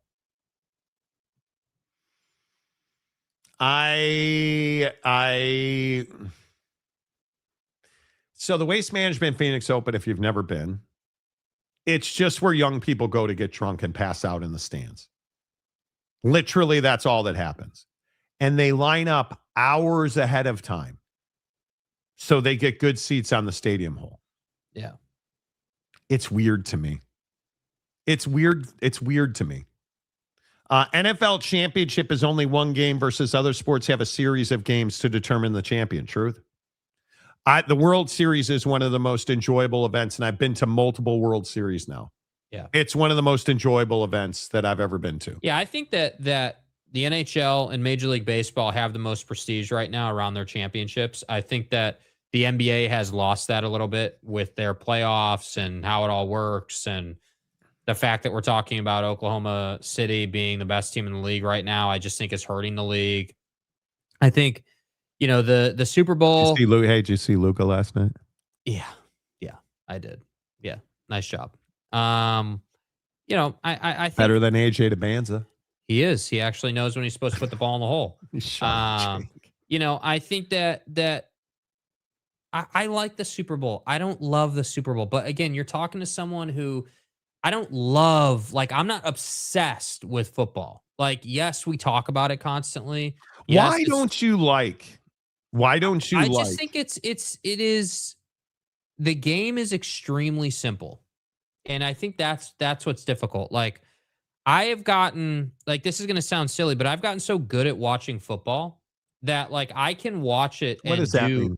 Well, like, if you watch a football game, you can, like, you would understand this. So you can watch a football game and, like, be doing other stuff and keep up with it perfectly fine. Like, yes. I can do anything else I need to do and watch that game. Hell, I can be standing on a golf range and have it in my ear and keep up with the game, right? Like, it's not a complex sport. It is a very simple sport, and I do find myself bored from time to time watching it. That said, Major League Baseball, hockey specifically, the cat and mouse game in hockey is why I love hockey. The strategy, the physicality, like the speed of the game, it's a great product. And I think the NBA, this is why I'm kind of off the NBA train right now. Like, I don't have anything to hold on to in the NBA. It used to be I could hold on to players and, like, I could go out of my way to watch those guys, and that was great. Kevin Durant being an old scrub now doesn't do it for you? Kevin Durant's not a scrub, but he is old. And he's making the same excuses in Houston that he made in Phoenix. And I'm just over it. I'm done with it. I love the guy. Hell of a player, most efficient scorer in the league history. Like, I'm with all that. But I just, if you said, hey, like, what are you looking forward to in the league? I can't name a single thing. And maybe that's just me being negative, but there's just nothing for me to You look for. need a leadership change in the NBA, in my opinion. Taylor Smith. Hey, Taylor. No Super Bowl is worth it. Sports have gotten too expensive. Best sporting events are mid-major college football games like Boise or Utah State home games. Cheap tickets, good sidelines, dude. Yeah. The problem in the NFL is, why do I love going to Chicago Bears? The Bears. Because it's not like a 300 million seat stadium. I think the Bears, current incarnation at Soldier Field, seats 60,000 fans. You can watch the game. I think college football, a big college football game in the regular season, that's what you want to go to. Yeah. That's what you want to go to. You want to wear your colors. You want to yell and scream. You want to eat that cougar tail at halftime underneath the stands. Yeah. Absolutely. Yeah, there's those iconic venues that you'd absolutely want to go and where you want to eat cougar tail at halftime. Right. You want to Manischewitz that thing. I get it. Under the stands. Yeah. Cougar tail's a donut. Right. Macaque. Right. It's a sexual right. Yeah. I agree. Ding dong. Regular season college football games of consequence. I think it's tough to beat that. Yeah. I think it's tough to beat that. And whether it is Florida, Georgia, Notre Dame, SC. Oh, wait, we don't play that game anymore. Notre Dame, Miami, Bavacqua. Take your pick. That's the game you want to go to. You do not want to go to the Super Bowl. No. I promise you, you don't. It's about the food and family. Some I only see a handful of times a year. Don't care about the halftime show. The game is the game. Well, I mean, you have wasn't it Christy Nome or somebody called Buddy at halftime an illegal alien, or yes, we're gonna deport his ass. Bad Bunny. Yeah. Yep. And if he does that thing in Spanish, we're gonna freak out. I would agree. You guys will freak out. Yeah. Right? That to me is what is so wild. That's what we've become. I feel like the NBA product's kind of broken right now. Big market teams are not great and stars are all hurt. We need the LeBron era to come to an end. As a Laker fan, it's got to come to an end. Yep. I am not somebody that believes you can. I don't know. I could be wrong. How long is Bro going to play, dude? Like, how long are you going to hold on to it? Like, is there no prestige? Is it not sacred anymore to go out on top? Go out go out the way you want to go out and just be done. Move on. Yeah. Yeah. Chewy Gonzalez. I only watch the Super Bowl for commercials. Yeah, because you're a Rams fan and they never. Anyway. I just watch all day Saturday college ball, so take a break for most Sundays. The NFL is doing massive numbers. Yeah. Massive numbers. Go be a hooligan at a soccer game. Best fan environment ever. Dude, going to Chelsea Football Club the other week, even though they lost, and I was in a really pissy-ass mood after the game and even argued with my wife over where to get a taxi. I'll fast forward through the game just to watch the commercials. You will not. Robert Fowler. Bobby Fowler. Hey, Bobby. I'd love to go to a World Cup game just because of the way the fans interact. Would be amazing. They are amazing. I look forward to Republicans' version of halftime show of Lee Greenwood. I'm proud to be an American, where at least I know we kill protesters. Wait, was that Lee Greenwood or was that Kid Rock? I'm confused. Kid Rock. Stop. MLS games? Nah, bruh. I'm good. Did it last year, LOL. Did you really? Why do you not watch the game, dude? Yeah, I love football. I do. I'm a big fan of the old football. I love the NFL. I love college football. Obviously I do a show about it on the regular. But I think we've just fallen away from it. That's my opinion. But it is what it is. It would be a stretch to say I am at all excited about the Super Bowl. So what is your next thing in sports then, as we head into the dark period known as the offseason of football? Probably spring training, pitchers and catchers. Yeah. Cubs got Bregman. Winning the World Series, huh? No. The Cubs don't win the World Series ever. I need my sports teams to improve.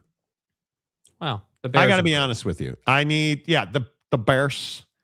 The Bears being better really helps. But I need Notre Dame to pull their heads out. I need the Cubs to actually spend money. It'd be nice if Bedsy and the Hawks could win some games, because if we're keeping it a buck, it's not good. We keeping a buck right now. We ass. It's not good at all. Yeah, I guess the tournament is that the best thing? I couldn't tell you. I mean, the NCAA tournament this year is probably not something I'm excited about, even with North Carolina being good. Yeah. I mean, I'll watch. I'll lose my bracket, but I would never gamble. The problem is, I agree with what Brandon Butler was saying about the NBA. Mm-hmm. Small markets dominating professional sports is not good. And I know that pisses people off when I say that. Hey, look, Brandon's actually got a suggestion for you, dude. Look at this. Look at this suggestion right here. Could hop on the Mammoth bandwagon. What about that, dude?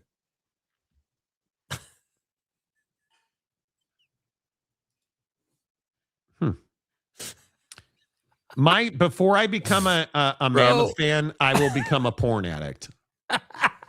It's not happening. Oh, nice Tusky out there, Monty. Ryan Smith is such a scumbag, but it's fine. He's not a scumbag. I don't know. The problem that I have is that we're in a position where we just don't have anything in sports to hang on to anymore. Guys, it's so transient. It's just so players changing, and it's so transient. Come on, buddy. Tusks won't be the only thing that's up. I want more. Right? Yeah. I don't respect Ryan Smith. That's what it is. I think what Ryan Smith did to the people of Salt Lake City is a travesty. And it's just who we are as a society now. Corruption and, in my opinion, corruption, lies, and usurping the system in place is who we are. Yeah. That's what we do. I'm a Kings fan, and Ryan Smith would have to pay me to be a Mammoth Yeti fan. Yeah. Is Ryan Smith even likable? I struggle with it a lot. I'm not a big fan. And I agree. March Madness is next. Although I'm looking forward to the Waste Management this weekend. Yeah. I am. Farmers Insurance this weekend. The Farmers. Yeah. Waste in 2 weeks. Yeah. The Farmers. You know what I'm not watching? I'm not watching TGL at all. Yeah, it's been very under the radar this year. I don't know if they didn't do a big ad campaign or like what the deal has been, but I've just been seeing snippets. I love golf, obviously. And now that I am Scotty Scheffler incarnate, because I had a breakthrough at the range, which won't last to next weekend. I want to thank me for having no days off. I'm excited about the Farmers Open. Having played Torrey Pines and lost several $1,000s in golf balls. I have no desire to ever play that course again, ever. I'd play it in the summertime when the grass isn't 10 feet long. There's too many other courses to play, dude. Played it once, you played it a million times. Don't need to play it again. Okay. Pelican's Mile is better than Torrey Pines, in my opinion. Yeah, we're supposed to go to Pelican in March. I can't get those dates straight. My wife doesn't communicate with me at all. She never tells me any information. She just hands me a plane ticket for the private jet that we don't own, and we just fly places. I'm excited to go. I like to travel. So I'm excited to go play Pelican. Jake and I are supposed to go there for a weekend, although he's probably going to cancel. Then we're going. I was looking at Las Vegas. They supposedly did a little bit of renovating at Las Vegas National. Really? So yes. What did they renovate? What did it say? Just new fairways and greens, and the bunkers are supposedly better. But I don't. Thankfully, knock on Formica, I don't wind up. The bunkers aren't my problem. I don't hit it in the bunker. Oh, you peasants do, but not me. Well, I'd have to hit the fairway to hit a bunker. But my point is, Las Vegas National did some renovations, so I'm excited to go back there. It's one of my favorite courses in the country. When do you think you're going to play your first round this year? Is that happening soon, or when do you think you're going to play the first time? No, my wife is not in golf mode right now. So, Dad, and I'll be honest with you, it has been so cold in Seattle. Dude, seriously, same. I don't even know where What's the high today? Today it's currently 37. The high is only 54. Need that high to push into the 60s, I think, for well, it's supposed to be in opening. The courses here are open. I mean, they're open year round in Seattle. But it's supposed to be, I think it's supposed to be in the 50s today. Yeah. But if you look at the forecast, like Saturday, it's supposed to be 64 and sunny in Seattle. Yeah. I'd go play some golf on a Saturday, but my wife's not in golf mode right now. My wife is in swimming mode right now, which means I don't get to play golf. So I'm fat, and that's the case. But I'm hoping to play a round of golf. I'm hoping to play 9 at some point soon. Yeah. A weekend afternoon, I would love to just go grab my bag because I'm actually hitting the ball pretty well. But the weather, you just can't count on the weather anymore. Yeah. My wife and I were talking about, like, we were going to go over to Bainbridge and ride our bikes last weekend. Dude, it was crazy cold. Yeah, and the hard part for what we do is you just can't really afford to get sick. You can't take the risk, and that's what's difficult for me. Like hell or high water, in about, let's say, the 27th, next 3 weeks, got to get the game dialed back in, got to get ready to go. Like, want to play well when we're at Pelican, but it's just cold, bro. And I have no interest in like getting sick or picking up the nagging cough, or like, I am not interested in that. And I don't have right now, there's not really a lot of indoor range options that really work. Like they're all those kind of smaller places where you got to subscribe monthly, and like I'm not that committed to indoor golf. I just need to warm up a little bit, and then we'll be perfectly fine. I would agree. Yeah. The weather, why has the weather just been so effed? I don't understand it. Yeah. I don't understand it. Ladies and gentlemen, the Masters. Yeah, I'm actually playing in the Masters this year. Scotty and I were talking yesterday about where we're going to play our practice rounds and stuff. Doesn't get any more red, white, and blue than that. I'll tell you, and I'm going to get to the rest of your comments in a second, and I know this is a sickness. I hit a driver on Saturday at the range that, honest to God, I think it was almost indecent exposure. Like it was Buddy, Brokeback Buddy at Colorado kind of throb. Mm-hmm. Like that's all I need to get fully back into golf. You hit one drive, 308 yards. Yeah. And these swing changes I've made that have got me back to 170 ball speed. That's what we're talking about. And hitting just absolute bombs off the tee and nice cuts. There's no better feeling than that. And the sound that you get when you flush a driver. I think I will probably always struggle with irons. I think that's just who I am as a person. Your swing is set up for driver and woods. And it's just, and now I'm actually hitting my irons pretty well. I was going to say, to your point with your game, if you drive it well, you don't really get in trouble with irons until you start getting to like the 6 iron. You're pretty, I would say you're pretty solid as a golfer, 7 up to, your wedges and all that. But when the long irons are where and everyone struggles with long irons, but I just think with how you swing it, when you're driving it well, it's really tough to, because if you fly it, like I've golfed enough with you where I've seen you fly it like 305, 310, a couple of times, and that ball typically will roll like 330, 340 before it's all said and done.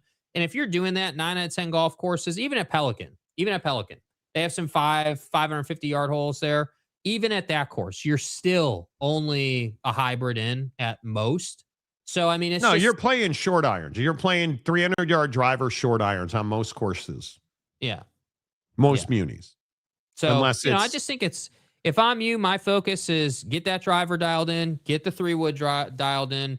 I would be for Pelican. I play a 4-wood. 4-wood. Yeah, you have both. What I'm going to experiment with is like at my local course, you don't really need the full driver. The mini driver does more than enough and keeps your dispersion small enough to where you're not off into the woods if you miss one, So but at Pelican, you need the full driver. So that's what I'm going to try to figure out is like what, obviously I'm probably not bringing the mini driver to Pelican, but I have a full on, it's very interesting. I took 4 months off from golf. You guys probably don't care about this. Who cares? I took a full 4 months off from golf. Did not swing a club. And I was going through some burnout. I was not playing well. And then we moved this thing to Seattle. And I picked up the clubs, I guess, 3 weeks ago. And just had a much better perspective and understanding of what I needed to do to swing a golf club. Mm-hmm. And the first swings were a little. Yeah, you got to get them rust knocked off. Yeah. But this past weekend, you really start finding something when you find the biomechanics and the way that you're supposed to swing a golf club. Starting to figure that out a little bit. So it is an addiction, as is Calamoni gifting $20 Monty Show member. There it is. Calamoni, always good to see you. I appreciate you doing so. Monty, has Jake nicknamed your follow-through dance after it's you the swing? Monty Shuffle, dude. It's the Monty Shuffle. I don't know that I have a follow-through dance. Yes, you do. On the range, you do. Not when you don't do it when you're playing. On the range, you do. There's like a little hop. Yeah, There's a hop. I call it the Monty Shuffle, dude. There's nothing wrong with it. Jason says, my new clubs are being delivered today. What'd you get? Do tell. The best part of golf for me is driving the cart. I suck at golf, but I love the sport. Yeah, that's for me. That's yeah, what I'm not good about, at golf. Dude. I'm not. Yeah, good like at golf. all I want to do this year is my irons. I'm a better iron player than I am a driver and wood player. So all I want to do this year is work on my driver swing, work on keeping the shoulder closed, work on shallowing a little bit, like work on not being so over the top with it. And if I do that, I'll be a high 80s player pretty regularly, which for me, I have no problem with that. I don't practice enough to be low 80s, high 70s player. So that's my thing for sure. Okay. Best course you've ever played, Jake? Gosh, I mean, Pelican's probably the best course we've ever played from a quality standpoint. I think it is soft. The greens are receptive. The ocean holes. The courses that we've played. Well, I think Turtle Bay is probably. I think Turtle Bay. We were kind of SOL on that course. Like it had just rained. Nice course. Would definitely play it again. 100%. I like the setup. Pretty course. Played it. We had an afternoon round, so the last few holes were at sunset. Very pretty course, but just very wet, very swampy. So for me, the course that I enjoy playing the most is, if we're playing together, is probably Las Vegas National. I think that we have a lot of fun at that course. It's a very straightforward course. When you're hitting it well, your wedges into the hole there. Like that's not a very long course. But my favorite by far is Pelican. I think it's just the range, the vibe of that course. If you tee off in the morning, you're playing in some fog early, some marine layer early. But if you can find your way to like a mid-morning tee time. Courses that we've played a lot of good courses. The Las Vegas course with the sphere that I can't remember the name of. It's a good course, but I don't know that I would pay to play it again. I am probably not. Listen, I am very the win. This is the win. Yes, the win. This is a Troon problem. If you're a golfer, this is a Troon problem. And that is partially a Troon property, I believe, in partnership with the win. But I don't like that they paint their courses green so that they don't have to water as much. And it's just kind of I don't really like that experience. I'm not as big a fan. I would prefer to go somewhere that doesn't have as much of a water issue and get actual like grass and like an actual. Kapalua is nice. I play, obviously Kapalua is one of my favorite ones, but I think the best course I've ever played, man, that's tough. The one in Utah up north is really nice. Not Park City. Wasatch. I love playing Wasatch. That's a great course. My favorite course is probably Park City Mountain in Utah. But I think if I had to pick one, Turtle Bay, I want to go back and play it again. It was pouring rain. It was not a great experience. I'd need to go back and play that. Legit question. Thank you. Will NIL eventually kill rivalries? Nah, because the TV partners need the rivalries in college football. They have to have it. We've talked about that.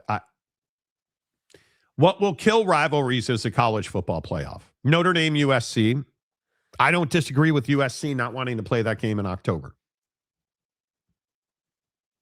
I don't disagree with that. Yeah. And we talk about Notre Dame joining a conference all the time. Well, if you want to keep rivalries, they should join the Big Ten. Mm-hmm. I would love to beat the hell out of Michigan every year. I'd love to beat the hell out of USC every year in a conference game. But there's no reason for them to do that. Monty, you need to play the club at Snoqualmie Ridge. Okay, I will look at that. Sergeant Green played Turtle Bay multiple times, even got married there. That needs to be a bucket list thing to go back and do.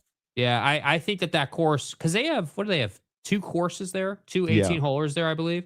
It's got a lot of potential. No question about it. I would love to run it back there for sure. Yeah. The NIL is killing everything right now, in my opinion. Maybe they'll finally get it all worked out. Yeah, I don't think NIL is killing everything. We are killing everything. Yeah, corruption's killing everything. Callaway Quantums, nice, bro. Nice. Yeah, I think that TaylorMade has a problem in terms of drivers, and Scotty going back to his old driver, dude. That's a problem, and people are starting to notice. What's your favorite golf ball? Did you see the Callaway? And I say lawsuit. TaylorMade Callaway, the lawsuit is... Who? TaylorMade suing Callaway? TaylorMade is suing Callaway because Callaway is marketing against their UV coating and saying that TP5s fly crooked because of the UV coating that's on them. If they fly crooked, then I don't know what you're talking about, because I love the TP5. Big fan. I think, honestly, we've played Pro Vs. I just don't think you need Pro Vs. I think that the marketing is incredible. Level, not at our level. Yeah, as an amateur who doesn't play competitively, if you're just a regular golfer who enjoys the game, I would never buy Pro V1s. I would buy the PXG ball is really good. I think the Kirkland golf ball is elite. Really good. The thing that I've noticed, and this is me with my swing, totally a my swing thing, but the Kirkland golf ball is definitely a harder golf ball. It spins more, it's poppier. But if you hit it right, you can play that advantage big time. I really enjoy TP5s and Noodle. Noodle is the softest ball that I've played. It's forgiving. It will bail you out. It's cheap to get. It's readily available. I like Noodles a lot. You can have it tomorrow off of Amazon. Yeah. So if your swing is in a good place and you don't need the forgiveness, play the Kirkland. If you want to pay for TP5s, play the TP5. If you're working on your swing, if you're swing changing, you're playing in the winter, play Noodles. They're cheaper. You're not going to see that much of a difference. The idea that we're paying $50 for a dozen golf balls is obscene. Yeah, I'm just not doing it. I'm not doing it. I think that the equipment thing, listen, if you're going to be, if you are not playing competitive rounds, if you're not playing in tournaments, if you're not, as the old saying goes, if you're not making money from golf, you don't need to be paying $50 for a box agree. of balls. You just don't need to do it. It's just not necessary. And even if you're someone who is a low handicapper and still just kind of plays for the enjoyment, I still don't think you need to play Pro V1s. I just think they're too expensive, and the gap is not that wide compared to other golf balls. They're just not. Yeah, I would agree. Yeah, I love playing golf. I do. I'm not great at it. I couldn't even tell you a handicap right now. I'm probably in the 50s. I'm not. But we'll see. I'm excited to get back out on the course. The funny thing is, with all this weight loss, do you know how much more difficult it is to hit a golf ball when you're used to being fat, hitting a golf ball, and now you're not fat? Yeah, it's probably a lot more compact, huh? Yeah, and now I'm doing this whole room to get my hands through thing that I'm working on, and yeah, it's going to be interesting to see how I drive the ball, because I had completely lost my driver the last 6 months of last year. Yeah, could not hit a driver at all. It was brutal, but we'll see. All right, there you have it. The Monty Show is always presented by the Advocates at theadvocates.com. The best injury attorneys in the business, 24/7, 365 at theadvocates.com. You will.